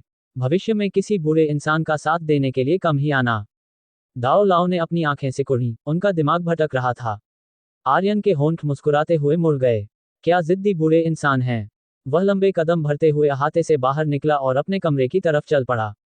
उस रात अभ्यास के कई सारे काम उसका इंतजार कर रहे थे, लेकिन आर्यन का अभ्यास जल्द ही बीच में रुक गया। उसके दूसरे गुरु भाई वरुण के संचार यंत्र पर ड्रिप ड्रिप ड्रिप की आवाज बज उठी। 5वें जूनियर, क्या तुम अभी खाली हो? यहाँ आओ। ठीक है। संचार यंत्र को काटते हुए आर्यन की आंखें उत्सुकता से भरी थीं। वह सोच रहा था कि उसके दूसरे गुरु भाई ने उसे क्यों बुलाया है। उसका दूसरा गुरु भाई हमेशा से गंभीर रहता था और जब तक कोई जरूरी बात न हो वह उसे परेशान नहीं करता था। जल्द ही आर्यन सीधा स्कूल से बाहर चला गया। वरुण केवल कुछ समय के लिए आर्यन प्रदेश युद्ध कला विद्यालय में अपने गुरु कुणाल से मिलने आया था और चांगतियन शहर के सबसे शानदार 10 सितारा होटल में रुका था। वह कुछ ही दिनों में तलवार रक्षक मुख्यालय लौट जाएगा। दूसरे गुरु भाई, आपको मेरी क्या जरूरत पड़ गई? आर्यन जल्दी से अपने दूसरे गुरु भाई से मिला, जिसका चेहरा चौकोर और गंभीर था, लेकिन आर्यन जानता था कि उसका दूसरा गुरु भाई बाहर से ठंडा लेकिन अंदर से बहुत ही गर्मजोशी वाला था। आर्यन को आते देखकर वरुण की आंखों में खुशी दिखाई दी और वह मुस्कुराया। मेरे पास तुम्हारे लिए एक खुशखबरी है। आर्यन की आंखों में उत्सुकता कौंधी जब उसने वरुण को आगे कहते सुना। क्या तुम्हें याद है जब मैंने तुम्हें तलवार रक्षकों में शामिल होने के बारे में बताया था? अब सबसे सही समय है। मुझे खबर मिली है कि तलवार रक्षकों ने हाल ही में एक छोटी सी गुप्त जगह खोजी है जिसके अंदर एक ऊर्जा का कुंड है। इसलिए तलवार रक्षक संगठन 3 सितारा तलवार रक्षकों को तैयार करने के लिए एक ऊर्जा के अभिषेक की योजना बना रहा है। तुम्हारी अभी की ताकत के साथ 5वें जूनियर एक 3 सितारा तलवार रक्षक बनना पक्के तौर पर कोई परेशानी की बात नहीं होगी। तुम कल मेरे साथ एक 3 सितारा तलवार रक्षक के रूप में प्रमाण पत्र के लिए आ सकते हो और तुम इस अभिषेक के लिए बिल्कुल सही समय पर पहुंच जाओगे। अध्याय 210 3 सितारा तलवार रक्षक, ऊर्जा का अभिषेक। अपने गुरु भाई की बातें सुनकर आर्यन भावुक हो गया। उसके दूसरे गुरु भाई सच में उसके साथ बहुत अच्छे थे। जब भी कोई अच्छी बात होती तो हमेशा उसके बारे में सोचते थे। वह कुदरती तौर पर ऊर्जा के अभिषेक के फायदों को जानता था। युद्ध सम्राट के स्तर को पार करने, खासतौर पर चूंकि आर्यन युद्ध सम्राट के स्तर को पार करते समय एक साथ अपना रूहानी पुल खोलना चाहता था, इसके लिए उसके शरीर को शुद्ध करने के लिए बहुत भारी मात्रा में ऊर्जा की जरूरत थी। हालांकि आर्यन प्रदेश युद्ध कला विद्यालय में आर्यन अपने विद्यालय के अंकों के बदले बड़ी मात्रा में संसाधन ले सकता था, लेकिन यह ऊर्जा के अभिषेक की तुलना में कहीं कम तेज और सुविधाजनक था। इससे उसका बहुत सारा समय बच सकता था। सिर्फ इतना ही नहीं, कहा जाता था कि कुछ जीनियस ऊर्जा के अभिषेक के जरिए न केवल युद्ध सम्राट के स्तर को पार कर सकते थे, बल्कि मध्य स्तर के युद्ध सम्राट और यहां तक कि उच्च स्तर के युद्ध सम्राट तक भी पहुंच सकते थे। आर्यन जानता था, इस ऊर्जा के अभिषेक के लिए एक जगह हासिल करना शायद ऐसा कुछ नहीं था जो कोई भी 3 सितारा तलवार रक्षक कर सके। उसके दूसरे गुरु भाई ने पक्के तौर पर बहुत मेहनत की होगी। वरुण और बाकी लोग सच में आर्यन के साथ अपने सगे छोटे भाई जैसा बर्ताव करते थे। जाहिर है, आर्यन के पास इनकार करने की कोई वजह नहीं थी। उसने अपनी एहसानमंदी को अपने दिल में संजोया और शुक्रगुजार होते हुए कहा, आपका शुक्रिया, गुरु भाई। वरुण जोर से हंसा और उसने आर्यन की पीठ थपथपाई। हम गुरु भाइयों के बीच इतनी औपचारिकता की कोई जरूरत नहीं है। ठीक है, तुम आज यहाँ आराम कर सकते हो। कल सुबह तुम मेरे साथ तलवार रक्षक मुख्यालय वापस चलोगे। आर्यन ने सिर हिलाया। उसका सारा कीमती सामान उसके स्टोव करने वाले ब्रेसलेट में था, इसलिए उसे सामान बांधने के लिए वापस स्कूल जाने की जरूरत नहीं थी। आर्यन ने वरुण को जाते हुए देखा। उसके दिल में बहुत ज्यादा उम्मीद का एहसास उमड़ पड़ा। ऊर्जा के अभिषेक की बात छोड़ भी दे तो तलवार रक्षकों में शामिल होना भी एक बहुत ही उत्साहजनक बात थी। उसे अभी भी याद था जब वह हाई स्कूल में था, कैसे प्रधानाचार्य ने रहस्यमयी तरीके से उसे तलवार रक्षकों के बारे में बताया था। और सिकोंग यांग, जिसने मॉक परीक्षा के दौरान अपनी शानदार ताकत दिखाई थी। अनजाने में ही इतना समय बीत चुका था। आर्यन को ऐसा महसूस हो रहा था मानो वह किसी दूसरी दुनिया में जी रहा हो। और अब वह भी तलवार रक्षकों का सदस्य बनने वाला था, और वह भी महज कोई आम एक सितारा तलवार रक्षक नहीं। सिकोंग यांग ने एक बार उससे वादा किया था कि वह बिना किसी निगरानी की अवधि या परीक्षा के काम के सीधे एक सितारा तलवार रक्षक बन सकता है। लेकिन आर्यन की अभी की ताकत के साथ वह कुदरती तौर पर अब एक सितारा तलवार रक्षक की परीक्षा में भाग नहीं लेगा। अपने गुरु भाई वरुण की सिफारिश से वह सीधे 3 सितारा तलवार रक्षक बन सकता था। एक अच्छा गुरु भाई होने का यही फायदा था। वैसे तलवार रक्षकों में शामिल होने के बाद मैं मुफ्त में बिजली विनाश वार का तीसरा हिस्सा भी देख सकता हूँ। आर्यन मुस्कुराए बिना नहीं रह सका। वह अब अपनी खुद की लड़ने की तकनीक बनाने के रास्ते पर था, लेकिन बिजली विनाश वार का अभी भी प्रेरणा के लिए इस्तेमाल किया जा सकता था। आखिरकार ये वह लड़ने की तकनीक थी जिसे वह सबसे अच्छी तरह जानता था। अपने मिजाज को ठीक करने के बाद आर्यन ने अपनी रोज की अभ्यास की दिनचर्या शुरू कर दी। स्वर्गद्वार गुप्त रहस्य का अभ्यास करना और गरजती आग वाली दुनिया को तबाह करने वाली तस्वीर को देखना पक्के तौर पर तय था। Dot dot dot dot dot dot dot dot dot dot dot dot. अगली सुबह जल्दी आर्यन वरुण के पीछे पीछे उसके निजी लड़ाकू विमान में बैठ गया। ये कहना ही पड़ेगा कि वरुण, एक युद्ध सम्राट होने के नाते, उसका निजी लड़ाकू विमान और भी ज्यादा शानदार था। इसका लाल रंग का सुडौल शरीर किसी आग की लपट जैसा था। इसकी रफ्तार बिजली जैसी तेज थी। यह आसमान में ऊंचा उड़ रहा था, पीछे एक गहरा लाल निशान छोड़ते हुए।